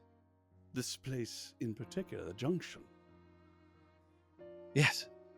Well, for no other reason than to defend the souls, yours included, that were here when this just happened. But Junction serves a very important purpose. Way place for weary souls on their journey to Knoxville. Perhaps we'll see you there. She I don't doubt turns it. away, and once again there is a growing ball of energy that grows and encompasses both Valen and Ashlyn, and stays for a moment as they disappear, and the rest of the Nixian guard, including the one that aided you in your fight, step into it and disappears. You can see there are numerous signs of battle on all of them as they make their way in. No one emerged completely unscathed. But as they leave, you are left with the souls that you saw here in the Junction when you first arrived, about 24 of them, Quella and Johan. And of course, I'll go up to the Johan. only thing is different I'm is sorry. that Dusk is not with you. I will go up to Johan and I'll point at Dawn and I'll say, Tell her her sister will be all right. Am Of I course, still a dragon? Of course. You are still a dragon, unless, I mean, it has a long... Tell the dragon her sister will be all right. This fucking dragon just like, Johan doesn't have a larynx to gulp, but he does sort of shake a little bit as if he did. Walks. I assume you're keeping concentration on the dragon, or do you wish to drop it? oh, The dragon's gonna poke Jack with her nose. it's like, oh, we have been attacked twice since we've sat down, and I have yet to get my food. So, like, I'm Jack. just saying. Jack, drop it. Quella looks at it and says, "If it's gonna stay, it should probably go outside. It's Oh, beginning to knock things over." What? It's housebroken, and that's one you can say for that Jack. frickin' guard that put a couple of holes through the. And fine. All right, and so like Jack will fly up to the shadow dragon's head and put his forehead to the dragon's forehead and say, "You can let it go. Just smell the flower, blow out the candle." The dragon will actually take a big deep breath, and as I do, I'll fall to my knee. Dawn will fall to her knees as I come out of the dragon. Somebody, catch her. All right. As in, like, so you see the dragon sort of converge back into this ball of owl feathers, and as it does so, Dawn briefly explodes with these enormous, beautiful, giant, like white, snowy owl wingspan, and as she kind of suspends herself in the air for a second, and then she collapses down to the floor as the polymorph drops. Ow! All right. Sorry, I said catch her. I'm small. Boy. Johan steps up to you and takes off his hat, revealing a completely rounded skull. It says, I understand that what you witnessed may be quite distressing, but I assure you, any death that occurs to a soul here in the Sunless Crossing is a inconvenience, to be sure, and should be avoided because too many times can have a detrimental effect. But in 24 hours, she will return, and while she cannot appear in the city, with such a strong bond, I'm sure that she will arrive right where you are. I suggest, while normally I would want us to press on ahead, since she is likely to arrive here, we should wait for her. Is that acceptable? There's no other option. Very well. I will see to making sure there are rooms for you to rest, and perhaps a bit more food and drink. Johan, Say- what do you mean by unravel? Well, each time a soul is destroyed here in Sunless Crossing, it will return, but too many times things begin to be lost. Memories, sensations, personality. Till eventually, if it gets too far gone, then the soul will appear and have no recollection of who they were. And I think it should be obvious to you now, memory is what makes you here. Even the items that you have with you, obviously, the clothes on your body, the important pieces of jewelry that you have brought with you, they don't have souls. They're here because you remember them strong enough for them to be here. That could apply to yourself as well. So, See. hold fast to those memories. Will she come back like as she was, or will she be impacted, or will she be? Oh, the Deteriorated. the first time should be fine. She will probably notice a difference, but there will be no difference in her personality. Oh, you're right, Dawn. I've never been without Dusk. We've gone everywhere together. And she was born first. I don't know this. I don't know how to exist without Dusk. And I have now watched her die twice in such a short period of time, and I failed to keep her alive, the one person I want to keep alive more than anything. I'm not okay. At all. Wynn will come up to you and put both her hands on your shoulder and say, what you're feeling is exactly right. But what's going to happen is she is going to return. This is temporary. And we're going to get through these next 24 hours. And we're never going to do it again. To that note, how's everybody doing? We should probably do our best to try to keep ourselves as healthy as possible. Yeah, DM, I'm down to 42 max hit points. Am I still? You are still at 42 max hit points. So I Those of feel you like who are... in an hour or so, I'm going to have them back. If I had to, like, ballpark it, it's like, You feel terrible, and if you've ever felt terrible, you feel like it's going to be that way forever. Logically, somewhere you know that surely rest will help, but you're not sure. should we short rest for the time being? I know we have rooms being prepared for us, but Jesus, considering whoever the hell that is, considering how often this junction gets attacked, it's a Fae friend of mine, really great drummer.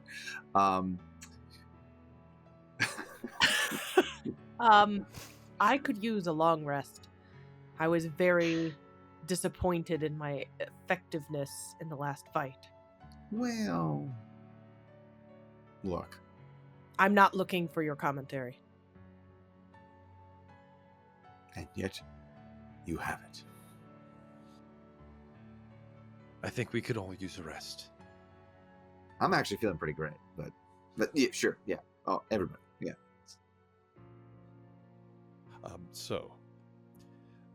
24 hours is a long time. God, During this time, you can tell that Johan is a little anxious, but he respects and understands that you need to stay where you are so that you can be rejoined by your companion. Does anybody have anything they wish to do or say privately? Obviously, a long rest is had. You are given rooms. There are rooms that appear to be just like the rooms that you would expect to find in a tavern or an inn. There are beds. However, as you lie down upon them, you don't really sleep. You just sort of lie there. You enter a state that would be best described as the memory of sleep. But you find that Also, with a it's moment's... It's just having a toddler. Good. Exactly. Yeah. With a moment's thought, you can go from being sort of laid out and calm to wide awake. There is no in-between period. There's no, oh God, I need coffee. It is just awake.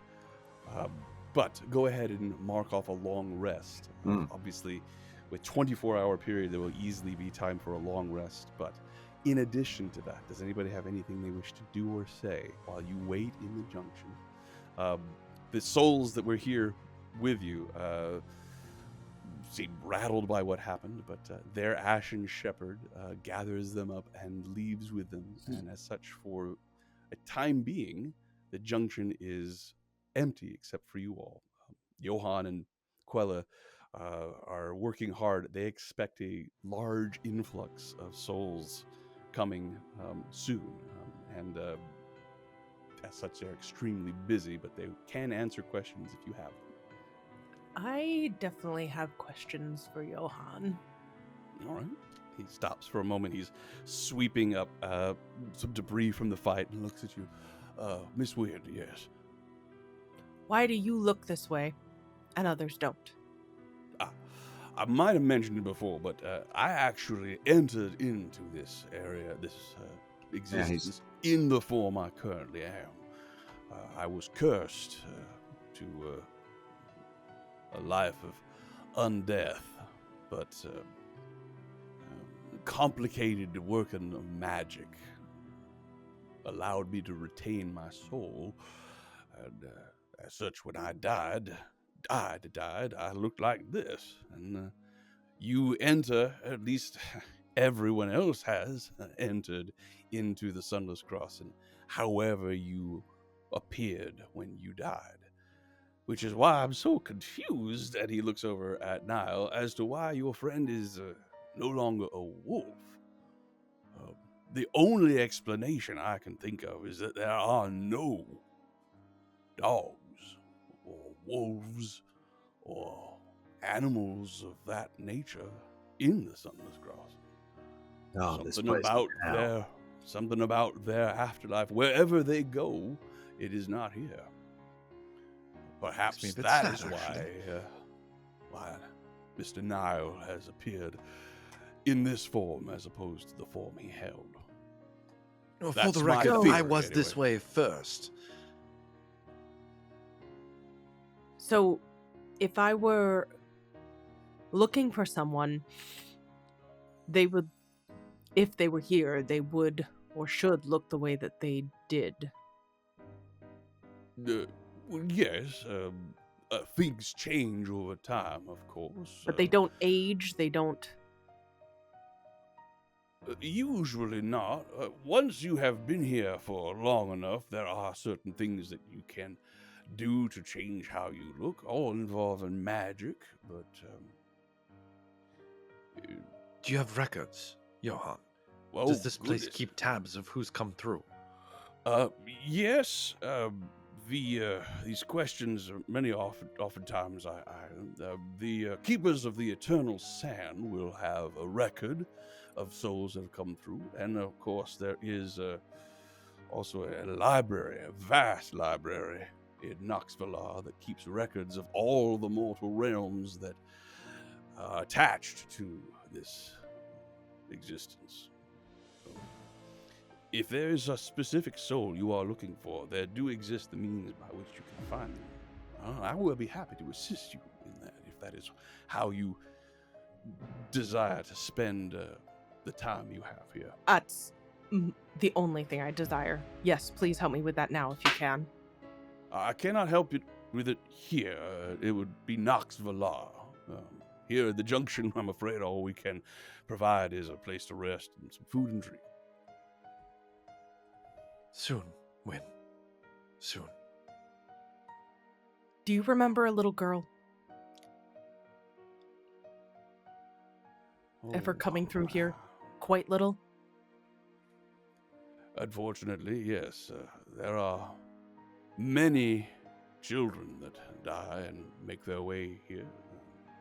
But there are also many ashen shepherds, so while I have shepherded my share of children, there is no guarantee that I have shepherded the one that you seek. But I think I now understand how important this is to you. I will make every effort to help. At the empathy towards her situation, you see a wall go up pretty hard. And she currently nods, says thank you, and goes to, sit by a fire, have a drink, something meditative. Dawn is probably over by a fire, flipping through what you noticed when you came up is a book of children's stories that seems to have a bunch of writing in the margins that you've probably seen her holding before, but she's just kind of flipping through the book. I'm going to pick up the items that Dusk selected from the vault that did not disappear with her, and I'm just going to quietly put them down on the table next to you, Dawn. It's a Nixian sickle and the Staff of Dread. Staff of Hugo. The Staff of Dread! Oh yeah! Quella comes by and offers you a glass of some warmed pomegranate ale with a few extra spices. Dawn looks at you, gives you an encouraging smile, and says, "Not too long now."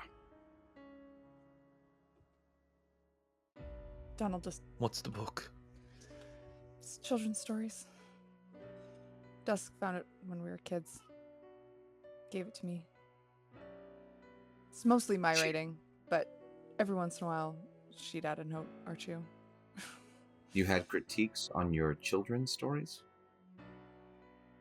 They're not critiques, they're just thoughts that I had while reading it. Oh. You know. And like I said, Dusk added some. Tell me Hers something were she mostly wrote. critiques. Hmm. Sounds about right. I knew it. So, I don't know. I've just, something from her, something of her, to keep me busy until I can hear her say something snarky again. Well, the other half of your brain will be arriving shortly. Hmm. Chin up, darling. Both of them. And I'll walk away. Goodness. Dawn, for the first, is gonna realize that Niall has been trying to comfort her, and she's going to do something that she hasn't done before, and she's going to attempt to see what is going on with him. Ooh. And I'm gonna reach out my empathic awareness towards him.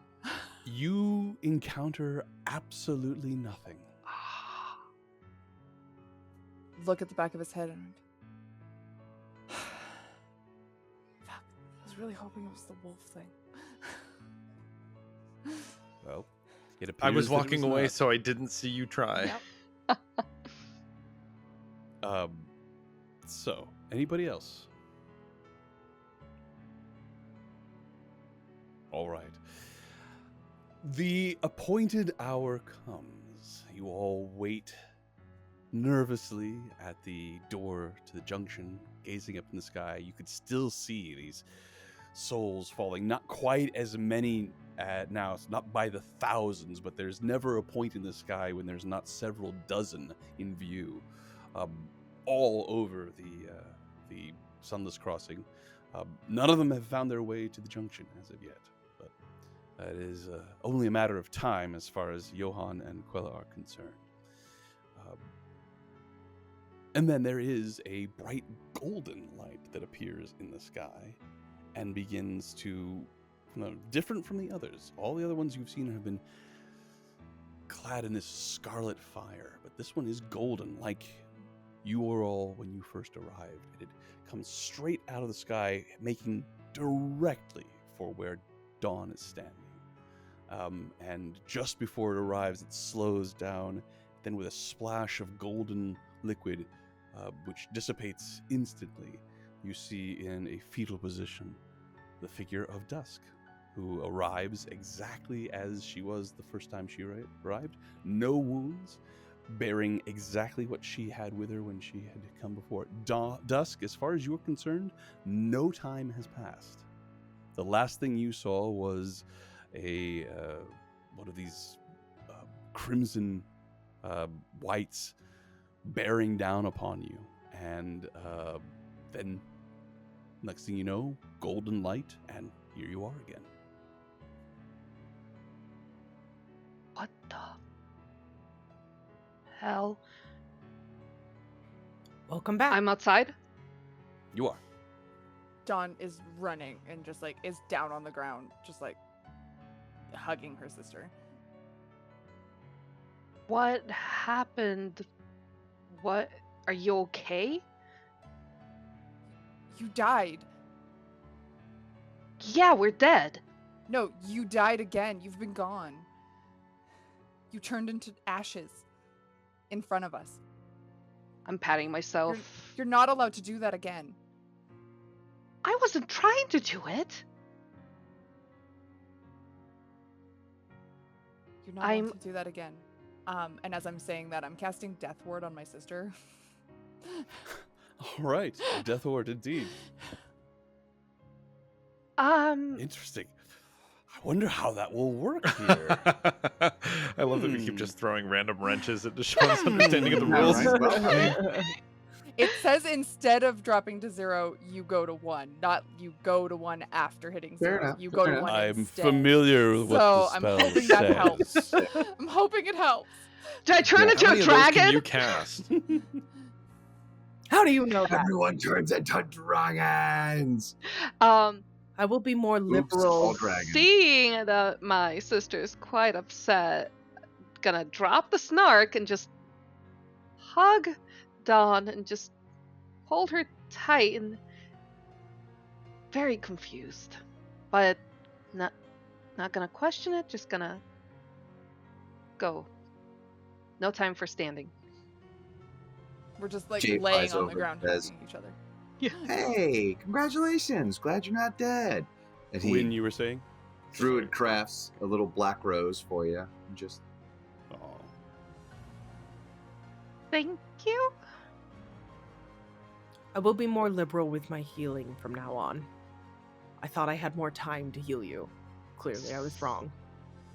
The interesting thing, I definitely remember, dropping in battle, but everything was just a flash, and now, like, I didn't even feel like I was going to attempt anything. It was just as if I woke up. wait, so to your mind, you just died and came right back. Yeah. Wow. Well, this is not boring on the other side. That's nice. I guess it does mean that this is literally it. There's nothing True. beyond here. Also, your sister turned into a dragon, which was amazing. You did what? Oh, it was really, really cool. A shadow dragon. a Can you really do it good- again? I didn't do it. I think it was something Yak did. It's pronounced Jake. But I'm not gonna lie, Jack, you looked a little surprised that I was a dragon. It's no problem. Jay. But yes, I oftentimes, as a performer, like to keep the illusion of the moment alive.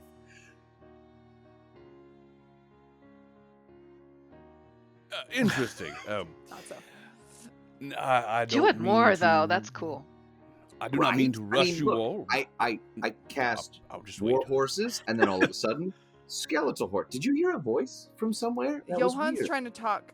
Oh, so sorry, Yes. Johann. I'm just Man, like, speak up. This guy's nothing but bones. All right. No. Yes. It's like a wind. Now that you have all,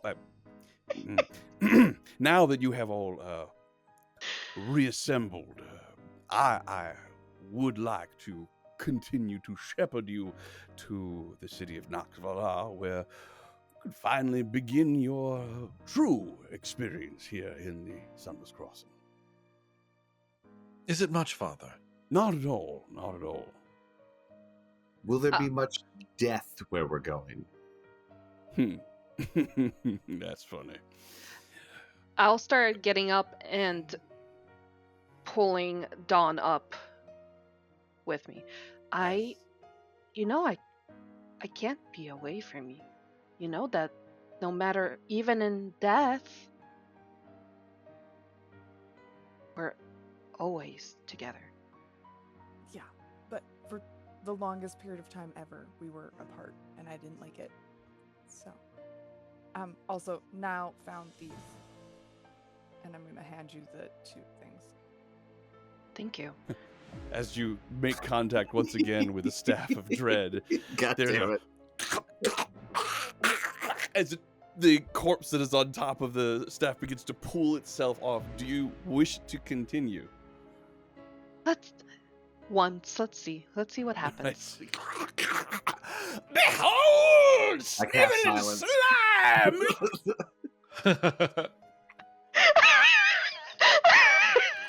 Read the room.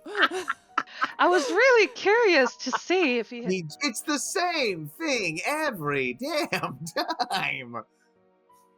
That begins to assemble itself back on top of the staff. All right, Clearly drop it. proud of whatever it is it said. Good job, So, good job. Not daunted at all by the silence. And so, you bid farewell to the junction. Gala stands at Good riddance. the doorway and waves, says, "Y'all come back now." And as you make your way away, once again, treading over the ash-covered grass and wheat, making a trail heading towards the distant plateau that is the city of Noxvala. You travel for a few more hours. Every now and then, Johan asks a question to get information flowing, but for the most part, you travel in silence. Yak will take a moment and in the travels to pull Wynn aside and say, you know, whatever you need to do to find her, I'm here. I got your back. I know. Just I can't decide if I'm hoping to find her because I want to see her so badly, or if I'm hoping that I don't. Because how could a little girl be here alone for all that time? well, to be fair, we were just kind of in the boonies of this land. We're about to be into the big city. Hopefully it's a little more razzle-dazzle. Doesn't respond. Keeps walking. She Oh, come on. did summon her steed, if she could do that while we were walking. Absolutely, yes, indeed. Once again, the Cerberus, that is just the 2 heads at this point, but you know when battle arrives, the 3rd skeletal head will emerge from the middle. This really sounds horrifying. Asking want one. earlier about my phobias, that might be one. At any rate. 2 and 3-headed dogs. Oh. Ugh. Want.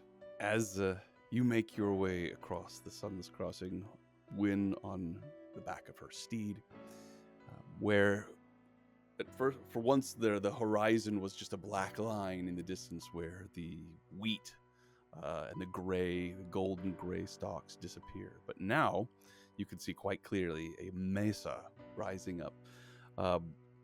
It almost appears to be growing up from the ground and reaching for the violet vortex that is clearly above it, centered directly above it and then radiating out from it. It's squat. It's not a huge mesa. It is like sort of like a mouth of a well, perhaps, where the sky is pouring its essence down into it. As you walk, you get a sense that it is at the same time both far away and also looming above you. Your mind tries to make out the black skyline that's imprinted on the roiling purple clouds. You can make out within the city onyx spires and gold domes. There are waterfalls on the edge of the mesa, but they have that effect when water comes out of a pipe or out of a surface in a particular way. It flows and almost looks like it's not moving, but you can hear it moving, obviously. As you approach, there's a rumble to it that almost has a rhythm. You could feel it in your bones. It's like a steady thrum. And it sounds somewhat familiar. It almost feels like it's the rhythm to a song that you've known all of your life, but you can't quite bring it to mind. As you approach, you see there is a opening in the mesa that is at the surface of the plains that you're walking upon. Put you on a map so you can see better what it is I'm talking about. Ooh, It's so pretty. it is. Well, you see a road essentially that leads up to it. There is an archway at the base of it. It's huge, 30 feet by 60 feet. So 60 feet tall, 30 feet wide. It's been carved right into the rock face. The sides of it have been hewn to resemble columns of faces that hail from dozens of different species and races. You see all of the species you've ever encountered, and some that you have never seen before, representing, you expect, the countless souls that have passed through this plane. The top of the archway, there is a massive gargoyle with a stoic face. Its wingspan is immense, and it creates the curved arches of the gateway itself. And as you approach it, Johann pauses and takes his hat off and gives a slight nod and says, "That, my friends, is a statue of Pella, the longest serving arbiter in the history of the Sunless Crossing. Don't know if you know this, but gargoyles' wings grow as they age, and for several thousand years, Pella used her wings to shield many souls in those old, early days, well before my time." He looks over his clavicle at you as you pass underneath. He says, "Don't let the bones fool you. I'm not that old. This place, far older than most can possibly recount, except maybe a few of the creepers. They are a crotchety bunch, them, and lucky for you, they happen to be your first stop." Before we get there, Johann, gargoyles, Yeah. do they die? What happens to them when they cease to exist?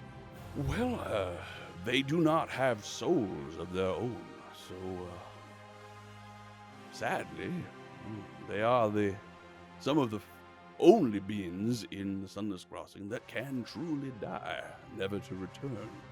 Quite durable, so takes more than just a simple accident to bring them down, but yes, their When nature. that gargoyle came and joined us in the fight, there was passion in his eyes. He cared about the people here. Yes, You Valen the can't tell me Jade. that there's... You can't tell me a creature like that has no soul. What drives them? That, my friend, is a very interesting question. I expect you'll have plenty of time to ponder it. If you ever do come to a conclusion on what the nature of a soul is, I would be quite interested in hearing it. I can only tell you what I know. The souls that arrive here as golden drops of light, they have the ability to pass on, either to their eternal rest or be resurrected. Gargoyles have neither of those options of their future. Whether that means they do not have a soul or some other strange, arcane, or eldritch secret, that is not a question that I have learned the answer to. The gargoyles and the defenders at the junction, they mentioned that this sort of anomaly has happened before. What do you mean, all the souls coming at once? Oh, yes. I have not. Well, I suppose not to this degree, but I trust Valen the Jade and Sovereign Ashlyn. If there is a massive war happening, would certainly account for the thousands of souls that we've witnessed. There's going to be a huge influx, so better get your place in line quickly. So The red. let's scoot along, shall we? What are the reds? Why are some, like, we came down golden, but why are the others coming down red? Couldn't tell you.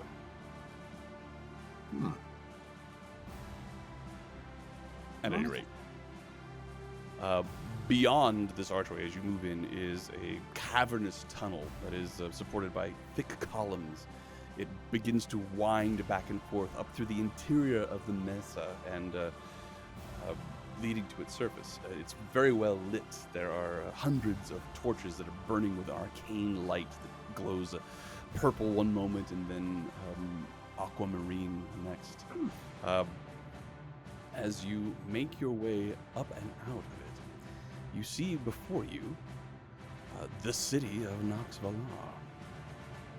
Valar.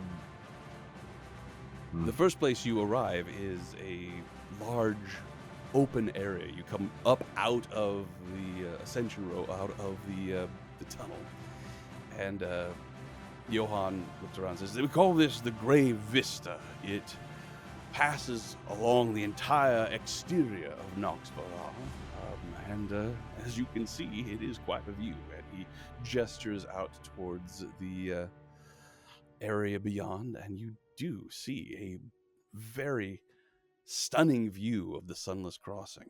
I'm going to move you to a more conventional map so you can see where you are, and as you pass through these various places, I will reveal them on the map and give you a brief description.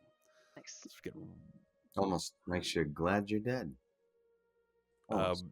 this map, incidentally, is in the book, The Black Ballad. So, as is the picture before, lots of great art and resources in this book. Man, I love maps. I know, right?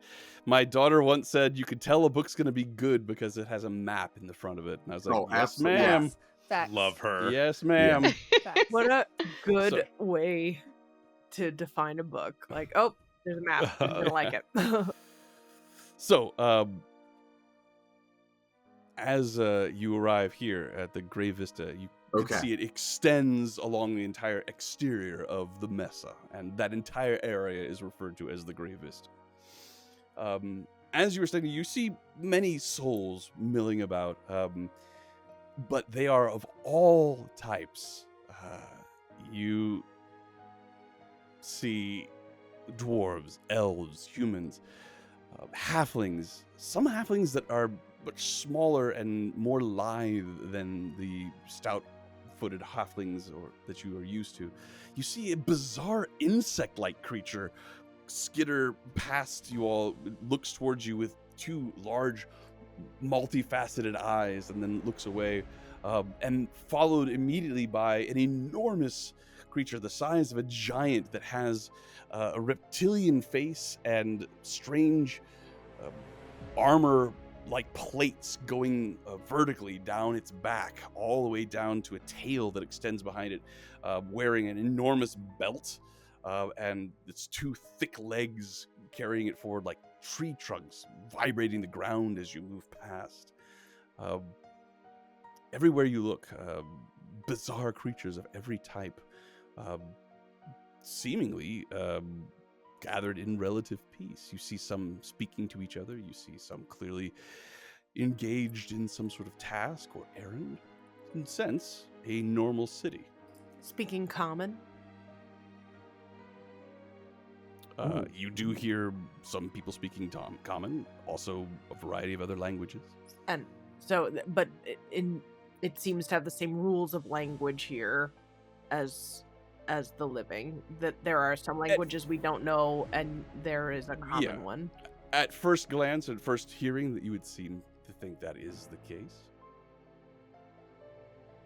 As you take all of this in, a strange creature makes its way over towards you. It has wings, and it has spikes or spines rolling from a widow's peak, the center of its face, and then coming back, slicked back, almost like a barrister would have, a very slick, oily look.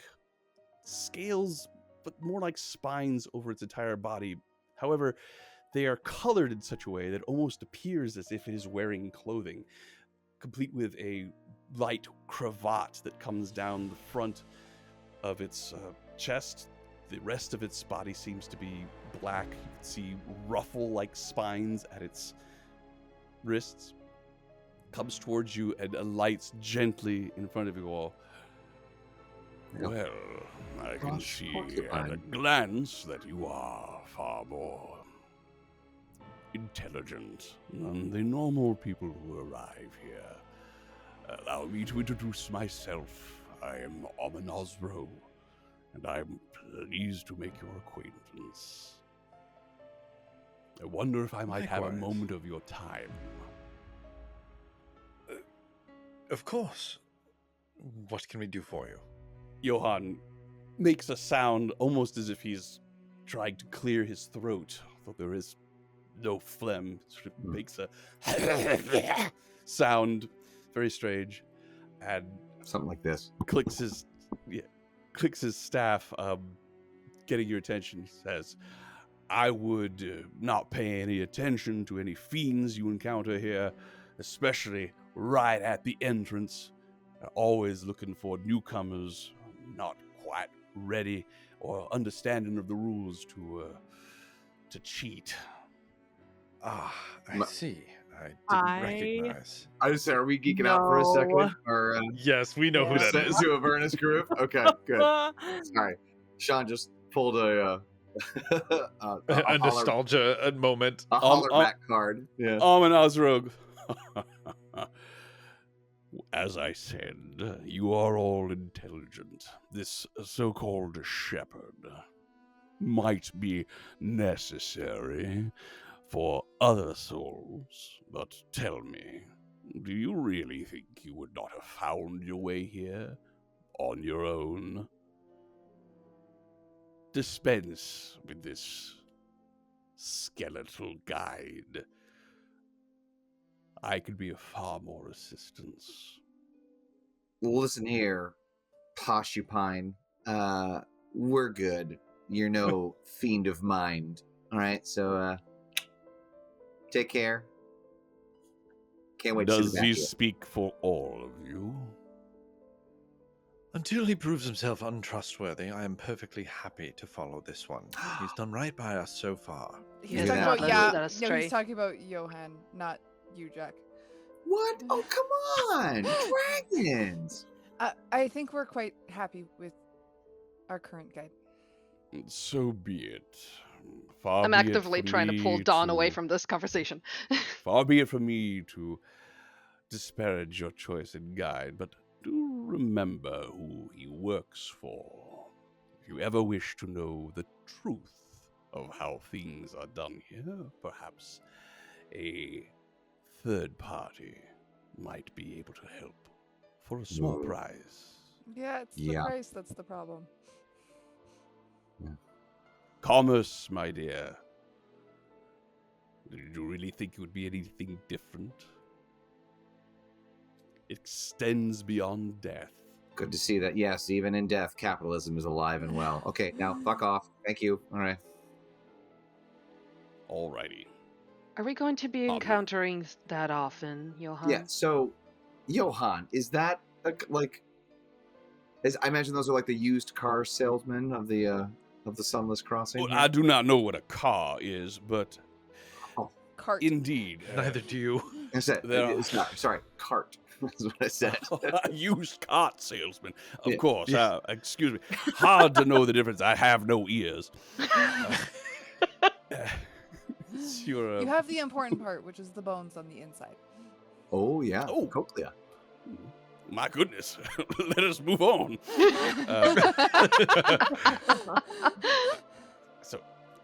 Johan begins to move you through the city, and as he does say, "Oh yes, you will encounter any number of creatures here that are not dead, although the vast majority of them are what we referred to as the betwixt. And that is what you are. But there are also gargoyles, as you have seen, but fiends and celestials, for that matter. Every now and then, a fae, perhaps something from the Shadowfell, and mortals who manage to make their way through powerful magics." But is there some sort of? I imagine the fiends and the celestials can in some way vie for the souls that are here, but is it our own choice that we can either come or go? How? Well, not... choice does play a part, but what really plays a part is waiting.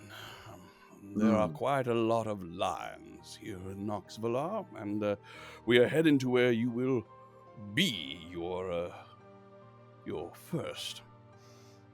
As you travel along, he begins to point some things out. He said, "That there is what is known as the Whitestone Bluff. This is a fortress right there, Crag Vale." As he points it out, I will point it out here on the map. This area When you say that is... Whitestone Bluff, is that merely? I know, not Whitestone, Whetstone. I was going to say the accent seems a bit thick there. For so Did I say white? Whitestone Bluff. Whetstone, pardon me. I have a cold. As you travel Why did you say it like that? Like what? Like Whitestone.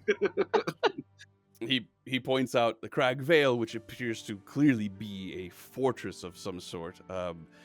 The only thing that makes it stand out is, first of all, it's right next to the entrance where you've just come in. It is made of white stone, and he says that is where the Nixian Guard has their barracks. And there's a massive shield and sword of black steel that is on the front wall. It is larger than any giant could possibly wield. And comparative to the size of this fortress, architecture boasts a very large number of towers. And he says, well, gargoyles do like to fly, and they like to perch more than anything. So, Partial that out. Salmon myself. You get the general vibe that this area here is a more martial area. You can see a massive forge that he doesn't point out, but when, as you look at it, you can see a weapon hanging on display. It bears a striking resemblance to the Nixian blade that you have. Gets to move you through the various structures here. Before we walk Okay, go away, any chance that weapon's a great sword? You know what? It is. It is a great sword. A massive weapon made of this dark mineral-like substance that is Well, neither how about diamond nor metal. Is there anyone around to speak to? Johan looks at it, looks at your interest. He said, I could see where you'll want to make your first stop, but can we get to the Keepers of the Eternal Sand? It's quite important that you all receive your place in line, especially with the influx of souls we are expecting. I would not want you to lose your place. Very well. Thank you. I appreciate it. And you begin to make your way through these buildings. Again, mostly towers and domed buildings seem to be the aesthetic here. Gold and onyx, the overriding colors. As you come around a corner, you see, cannot miss, right in the center of the city, literally and perhaps figuratively as well, is a massive tree. It is standing, towering over the city. Beautiful Tree. in an intimidating way, actually. It is glowing with an intense light. Looks like a wisteria. You see gold veins running through. The petals themselves white and looms over the city, unnaturally tall. And right at its base, there appears to be an enormous road that forms a ring around it. Provides a magnificent canopy between the nexus of the vortex and the sky right above it, and then the most temples you have ever seen, ever in your life, ever, anywhere. Putting anything you've seen in Waterdeep, in Baldur's Gate, in Neverwinter to shame. Temples of every size and shape. You see holy symbols you recognize and some that you don't, some that appear to be a catch-all. For example, there is a massive temple that appears to be dedicated to a sun god, the largest symbol being a 10-pointed star.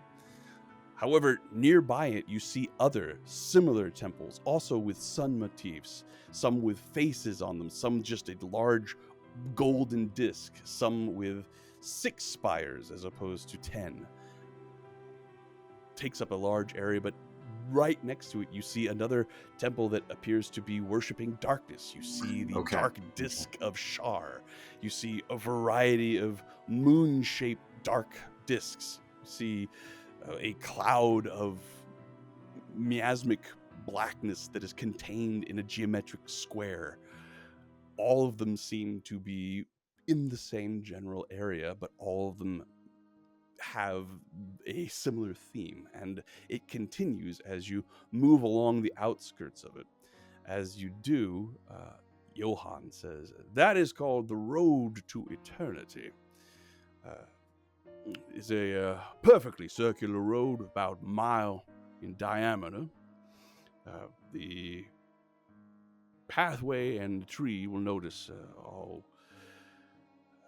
stand perfectly still over what is a pond of clear water. As you look at it, you can see that it reflects the storm above you. And then there are numerous canals that branch out from the water that surrounds the tree, goes underneath the Road of Eternity, and makes its way to the edge of Nox Valar and pours off the sides.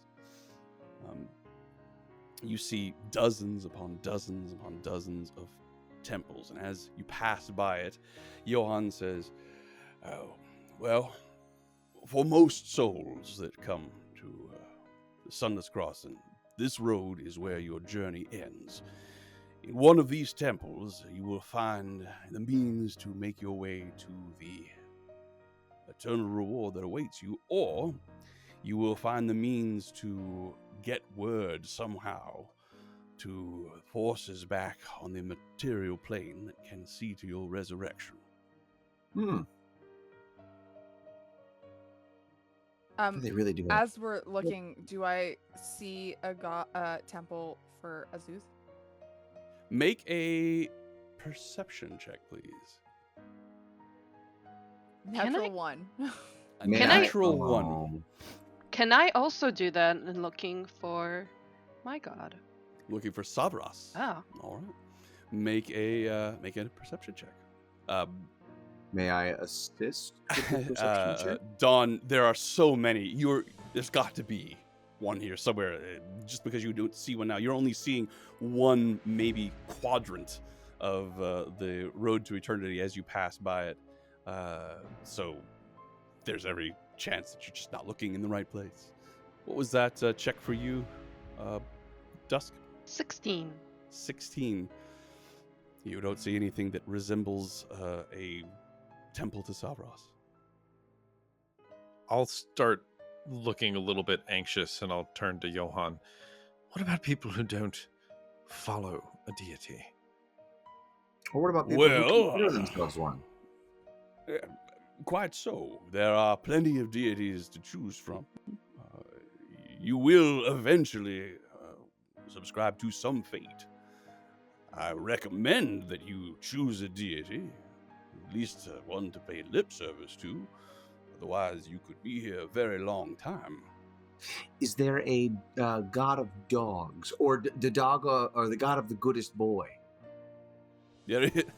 Gods of nature, there are There plenty. you go. Baloney. How about that? Jack. You see me, like, my fists tense, and I, like, unconsciously reach for your neck, Whew. and I take a deep breath, Maybe I should find and religion. I and I put my hands down, and I just continue to stroll forward. You Is it hear good? Dusk chuckle. And as you move away from the road to eternity, moving along the outskirts of it, Johann says, and here we are finally. Wynn, would I know what god you serve? She doesn't. She has an I know you like you're an oath of oath of the essentially- ancients, and her Yeah. oath is to preserve I was life. like, So it's yeah, so I guess I would. So, as you move towards what Johann has clearly identified as your destination, you see a monolith. It has 4 sides, made up of black and white marble, and it stretches up towards the sky. It's quite large. You can see the interior of it through a thick strip of what you assume to be glass that runs up the center of each side.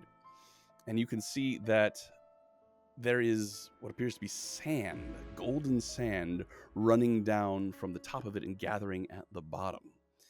As Johann points it out, he says, you may have noticed that there is no night or day, looks towards you, the tieflings, no dawn or dusk. But this is how we keep track of time here in Knoxville. Every night, sand, once all the sand is drained from the top to the bottom, that is considered the start of night. And when it begins to pour again from the top, that is the start of morning. However, it is much more than just an oversized hourglass. You can see here, and he points at a temple that is at the base of this structure. He says, this is where you will find out how much time you are expected to wait here in the Sunless Crossing before you find out where you are to go. Fortunately, even this has a line that you must wait in, and so brings you over to a line that stretches out from the interior of the temple. And indeed, by this point, as you have walked through Knoxville, you have seen lines everywhere, queues and queues of people. And as you reach the edge of this line, he said, this line, however, will not be particularly long. And true to what he says, you move forward relatively quickly. At the end of it, you see a rather bored-looking person, or soul, wearing monk's robes, complete with the shaved head and the ring of hair that's cropped, the bowl cut right around it. Looks up at you and says, are these your first... Sorry, that would be Johann's accent. Are these your first coins? Coins? oh, He looks annoyed, looks back at Johann. You did tell him about the coins. And Johann says, no, I forgot. We don't expect you to wait in line the entire time. So some enterprising sovereign years past created soul coins. And he reaches into his robe and pulls out a handful of coins. Some are copper, some are black, and there's one that looks like it's made of similar substances, the Nixian blade, that is somewhat triangular. And he says, you will receive a coin. It will inform you of what your place in line is, and when it is time for you to have your meeting with the Keepers of the Eternal Sand, it will inform you as such so that you can return and take your place. And he points at another line that appears to be the people indeed who are going inside the temple to meet with the Keepers of the Eternal Sand. You will have opportunities to acquire coins everywhere. Almost every temple will have a line that you need to acquire a coin from, and, well, you may find them useful as far as bartering is concerned. So, everyone, get your coin, and, you all receive not one like that. You all receive a black coin. It has a triangular like motif on the back, and on the other side it has a spiral, almost looks like the vortex that you see up above you. He says, hold on to that, and when the time is right, you can present it and have your meeting with the Keepers of the Eternal Sand to find out how long you are likely to be here. Did we just Everyone, learn that soul coins are basically take a number at a Walkie-talkie? deli? Yeah, take a number. Yeah. Very These are different most from definitely Avernus. not soul coins. okay. Most Just saying, definitely yeah. No, that not soul coins are soul essentially coins. the buzzer you get at Panera Bread. Yeah. That's just like Your sandwich is ready. If I Okay. said soul coin, I do apologize. These are not soul coins. These are crossway coins. Thank you. Okay, good. I was like, I will not Experiencing say. some I'm going to try trauma. not to confuse the two, but I have run quite a few Avernus games, so do forgive I was me worried. if the Either we get occasional put in the soul coin does coin. come Yeah. out. that's right. I was I like, was like, wait, we're is gonna this get a my bunch of them? soul coin? Like, That's Oh, my goodness. phobia. I Or apologize. A very, very big slip of the tongue. Not soul coins at all. Crossway coins. Yeah, because that was scary for a second. Yeah. Completely different thing. Completely different thing. Suddenly, I was not trusting Johan. True. So true. Oh, by the way, I want to say, I'm an Osro. I'm gonna have you all stand in this line over here. Is this a city of endless queues? Well, not endless, but quite a few of them. I mean, I guess you don't have anything better to do when you're dead. Well, They give you the coins so that you can go do other things instead of waiting in the line. precisely. You will find there are a number of activities you can choose to spend your time doing here in Nox Valar. I will point a few out to you as we walk. But first, let us cross over here. And as you move around the northern section of the Etherwood, and he points to a enormous building to the north. It is beautiful, seems to encompass many of the architectural elements that Beautiful. you see in the city, almost as if most of the buildings in the city have been modeled to resemble it. As he points it out, he said, "That is the Onyx Requiem. And that is where the godless monarchy hang their hat, so to speak, here.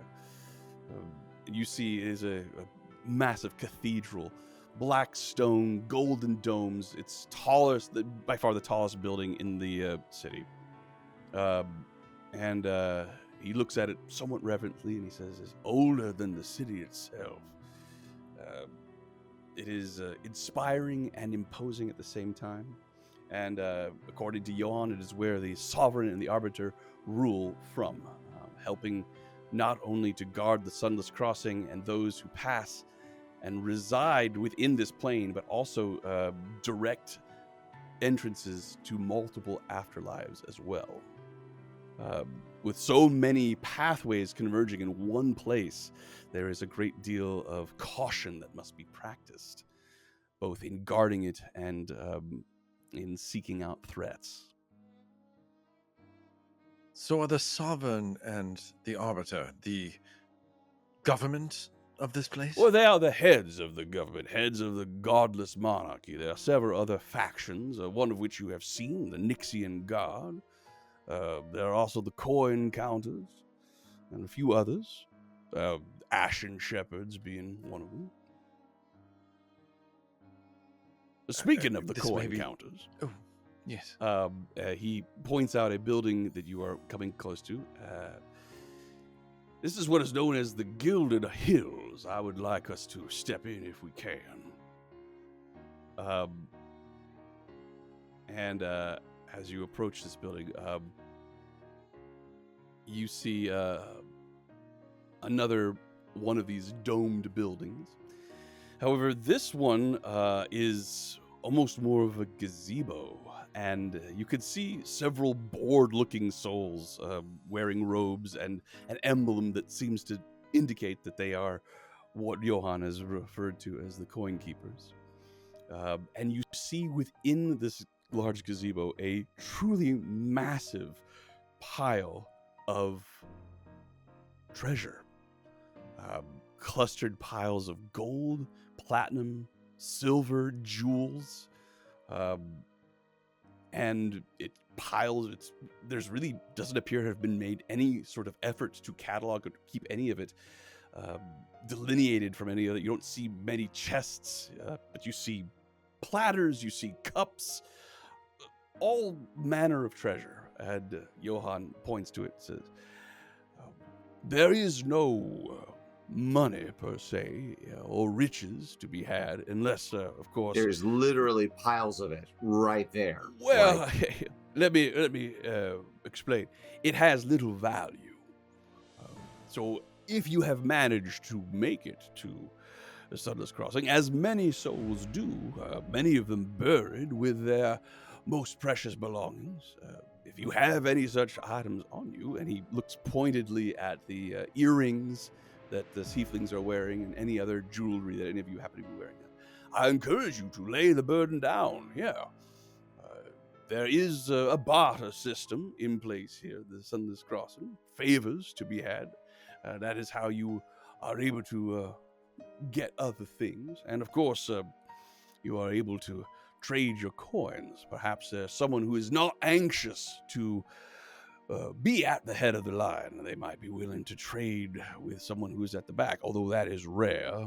More likely you'll acquire someone who is a little further in line or a little further behind. But there is a barter system regarding the crossway coins. But, as you can see, this treasure, virtually worthless. There is a shifting of the pile, and you see a enormous red snout of a dragon poke out, and a wisp of steam and smoke rise up from it. And he says, unless, of course, you are in the habit of sleeping on piles of treasure. In that case, I suppose it does have some value. So, what would you barter for if not for a better place in line? Well, it would depend on the line that you're trying to get a better place in. But also, there's so many different things to do. Creations people make, knowledge people have. I leave it to you to discover the wonders that can be created and shared by a vast group of souls with nothing but time on their hands. Hobbies, pursuits, perfections. Don't allow yourself to become bored by it. Don't submit to ennui. There is much that can be done and learned and experienced while you wait your turn in line. Is the only way to get coins by joining a line? Yes, I encourage you to join as many lines as possible. Even if you don't fully intend to reach their destination, it will be valuable to someone at some point. And that's literally the only way to get them? Is The joining crossway lines? coins? Yeah. Well, I hesitate to bring this up, but I suppose you'll find out eventually anyway. It is not the only way. There's quite a popular game here in Knoxville called Purgatory Poker. oh, And in fact, there is an entire building devoted to games of chance, known as the House of, and he looks towards you, Dawn, the House of the dawn. You'll find your way there eventually yourselves, I'm sure of it.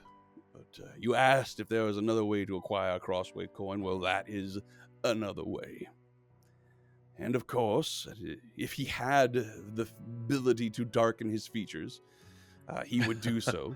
I suppose he takes his hat and pulls it down, creates a little bit more of a shadow over his face. Oh, brim features.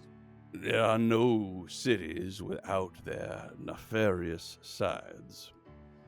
For the most part, the godless monarchy keeps a tight grip on those who deal in contraband.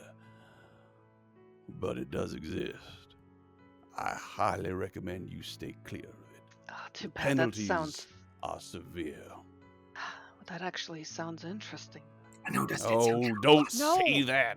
No, I mean, no, guys, we just got here. What are you doing? If you want to do it something risky, go gamble, but like, don't do something nefarious. Hmm. fine. Responsible idiocy. That's what we do. And that's why we were murdered. Johan, Just saying. Putting it out there. Yes, Miss Whelan. is there a reason somebody would choose to never get to the head of the line and to stay here forever? Well, I leave that for you to discover.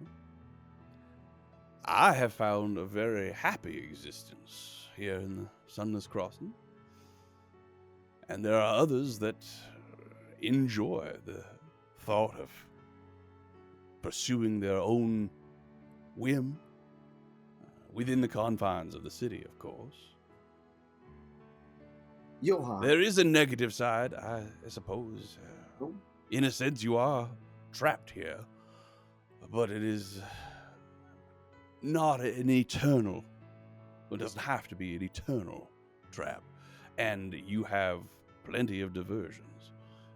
It's possible If you you might think about it, find too. those worthy of staying longer than your time would otherwise allow, and in which case you would need to trade your coin to someone who is further back in line than you. I do it on a regular basis.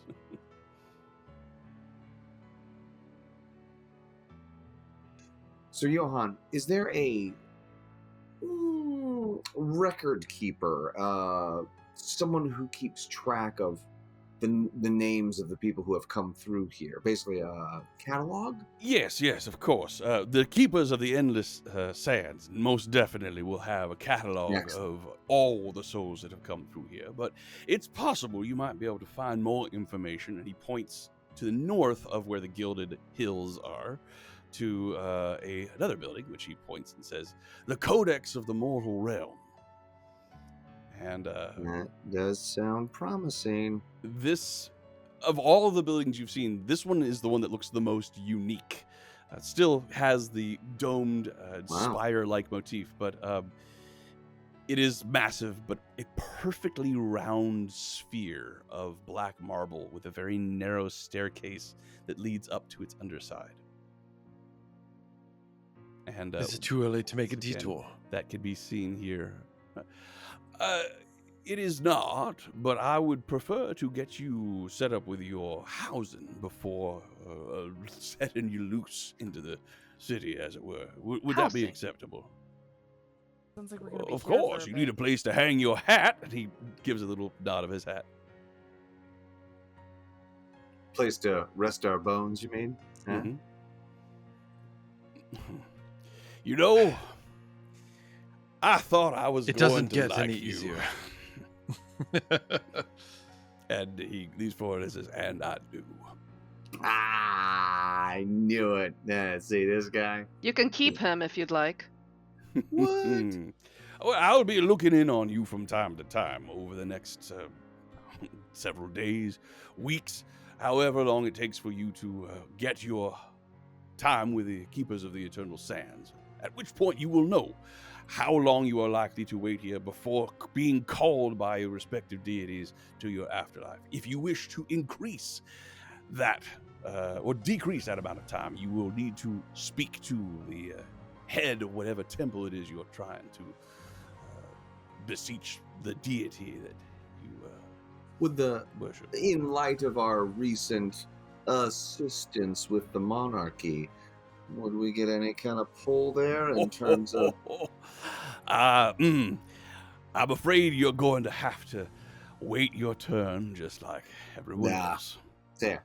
There is a line to see them as well. I recommend if good. you wish to speak with them that you get a coin as soon as you can. Is there some way that we can find if a temple exists that we would be looking for?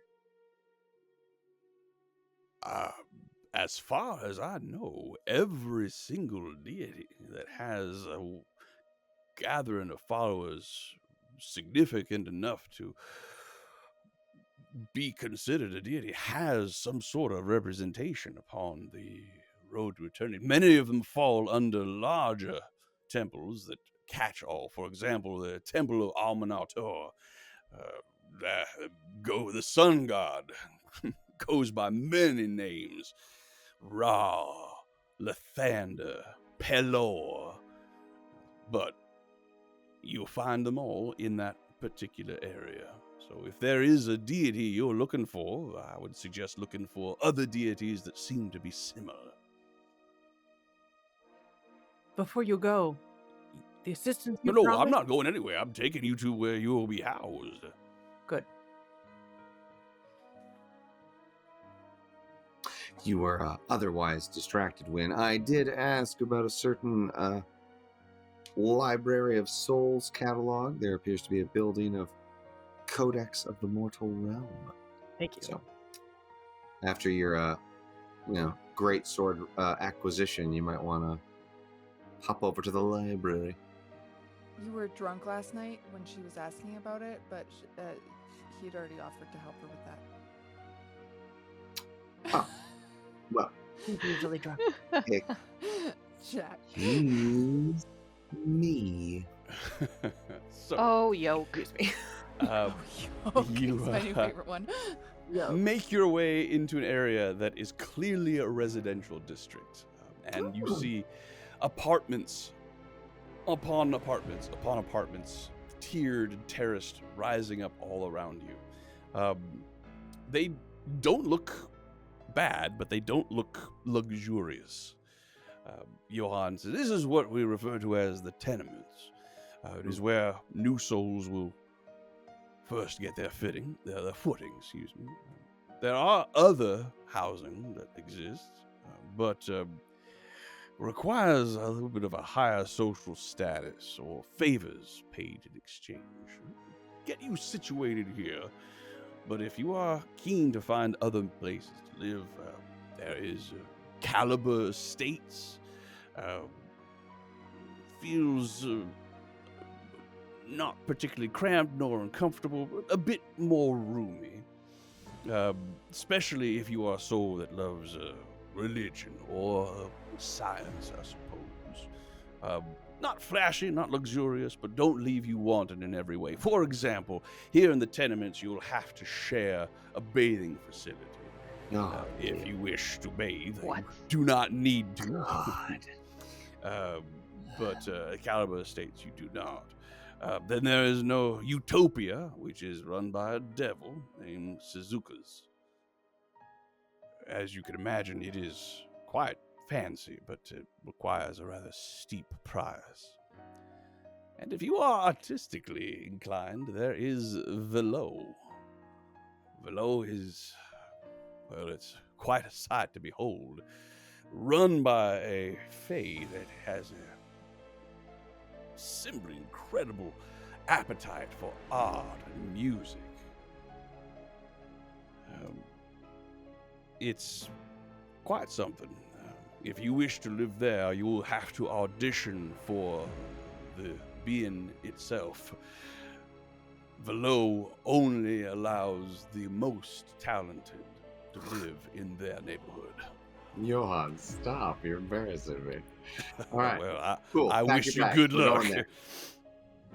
Oh, no. We have to stay Pack your here. bags. We have to start here, and none of us Are have you talents. kidding me? Shared showers? What are we? Animal? Okay. What are most of us? Animals? We Come on. spend most of our time as living people running through muck and slime as a group. And I don't want to do it as a dead soul. God, I hate this. And it sounds like we can't get in Tusk, even. you're with me, right? Yes, this is The tenements awful. are free, require nothing from you. They are provided by the godless monarchy to all souls that come in.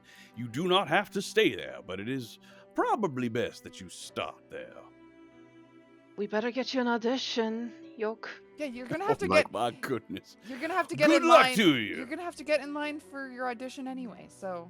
How dare So- you?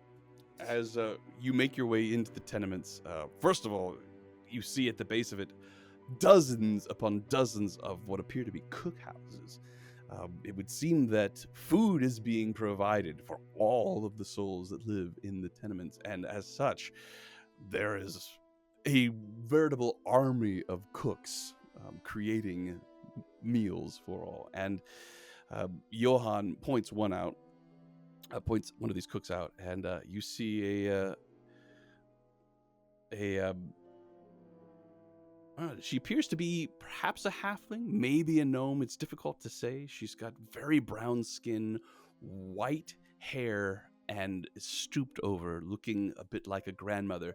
She looks up, sort of stooped over from her waist, but looks up, moves at you with a extended shoulders and heads, looking at you with a broad smile on her face, that her eyes completely closed. One of these people who smiles, when they smile, their eyes go up into half moons as she comes towards you. And she says, well, Johann, you have a new group of wards, it would seem. Yes, Benny, I would like to introduce you to my newest group of the Betwixt. And he introduces you all, and introduces this woman to you. So this is Benny Whistledown, and well, she is in charge of the tenements, which mostly means she's in charge of providing food. I says, yes, indeed, and if you're hungry, who would like a pie? Who, excuse me, Johann's bleeding in over everybody. Who would like a pie? Actually, would it be possible to prepare our own food there? Oh, my goodness. Are you cooks? I am. You're There a is cook? no end to the number of cooks that we need, so I will happily allow you access to the kitchen. I would prefer to give you a moment to show me that you can cook, but once I determine your skills are up to the task, you are welcome. Okay, so everybody in the party on 3. To Niall, you're a cook. 1, 2, 3. You're a cook? There it is. There it is. Johann does it I'll as well. explain later. You're a cook? Let's say. How? What? Pause for a moment. How did we not find that out? Just me. I mean, he was a wolf. So that With one no time opposing that you stole all the food and stuff, you weren't taking that to eat. You were trying to cook as a dog. Yes, your culinary skills are abysmal. You're getting Okay, better, coming Dust. from You're somebody who getting ate his better. own vomit, like I that tried. feels- Yeah, you stopped serving the bologna after it turned green. So, I thought that it was just getting riper. You Not get everything settled. not everything you make has to come back from the dead. I am Oh. speaking. sorry, Benny. It's all So right, sorry. my dear. All right. Lady You- Whistledown, I apologize. You get settled in your rooms, and when you wish, come and find me, Mr. Niall, was it? Yes. I will put you to work. Can I have one of those pies? Of course, of course. Oh, you want a big pie or a small pie? I mean, look at me. A big pie. Yes, of course. Take your pick, my dear. There are pies of all sorts on display on one of the tables inside one of these Gosh. cookhouses.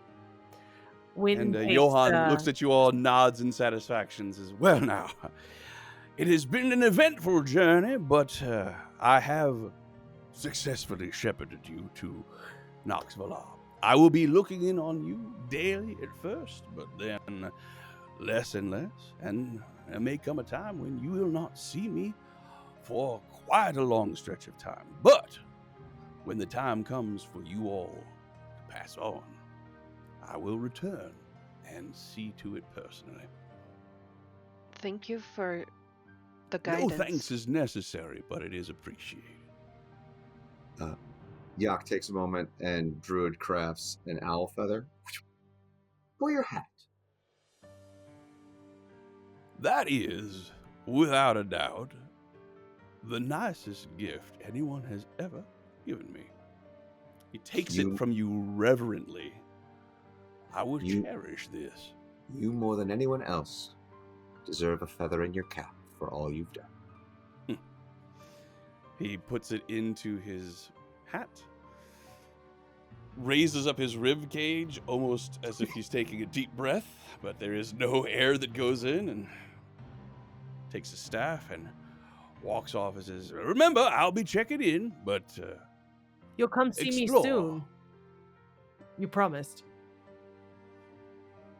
Get some rest. I'll be here tomorrow, and we will see what we can do." I'm signing up for that audition immediately. I cannot sleep here. I am so sorry. You've slept in way worse places, Jack. I know, and now I'm dead. And You have something bad to say about the tenement? Also, Oh, Miss Lady Whistledown, I didn't see you there. I'm so sorry. You were behind the pie. It's so big. Also,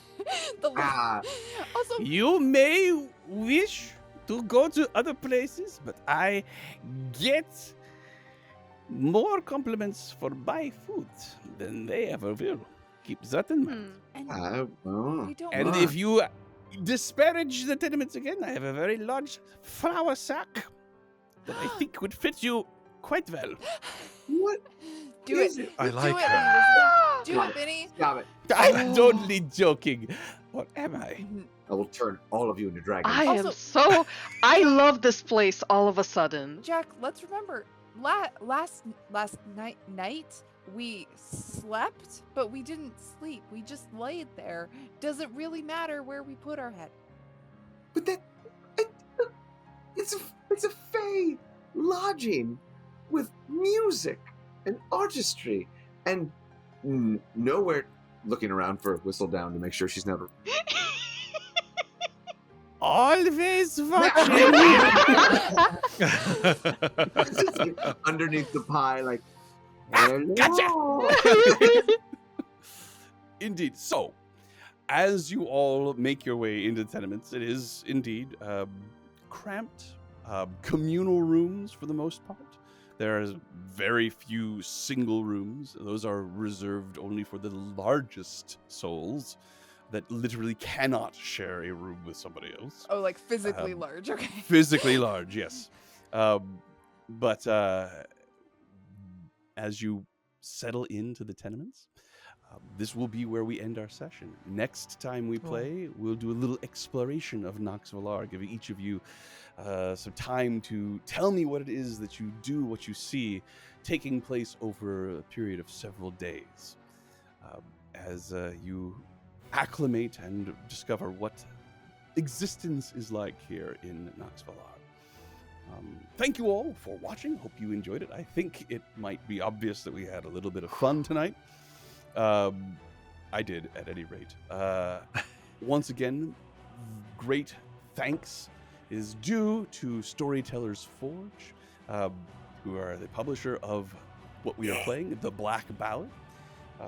Again, thanks to Diamorte and Drake, the head of Diamorte, who provided the incredible music specifically written for the Black Ballad. All the music you heard tonight was by them. If you enjoy the art, please check out Kai. You can find links to Storytellers Forge, Diamorte, and Kai all in the chat.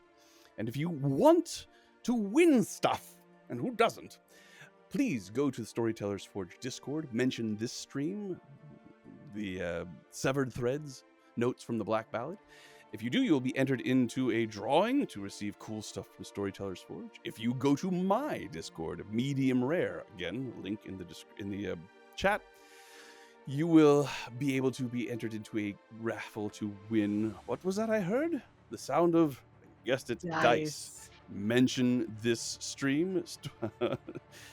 We got it. Thank you. Mention this stream, Severed Threads, notes from the Black Ballad, and you will be entered into a raffle to get dice. Great thanks, as always, to my wonderful players and for you for watching. Join us next week to find out what happens next. I'm Take care, all. so scared for win. Yay. Bye, all.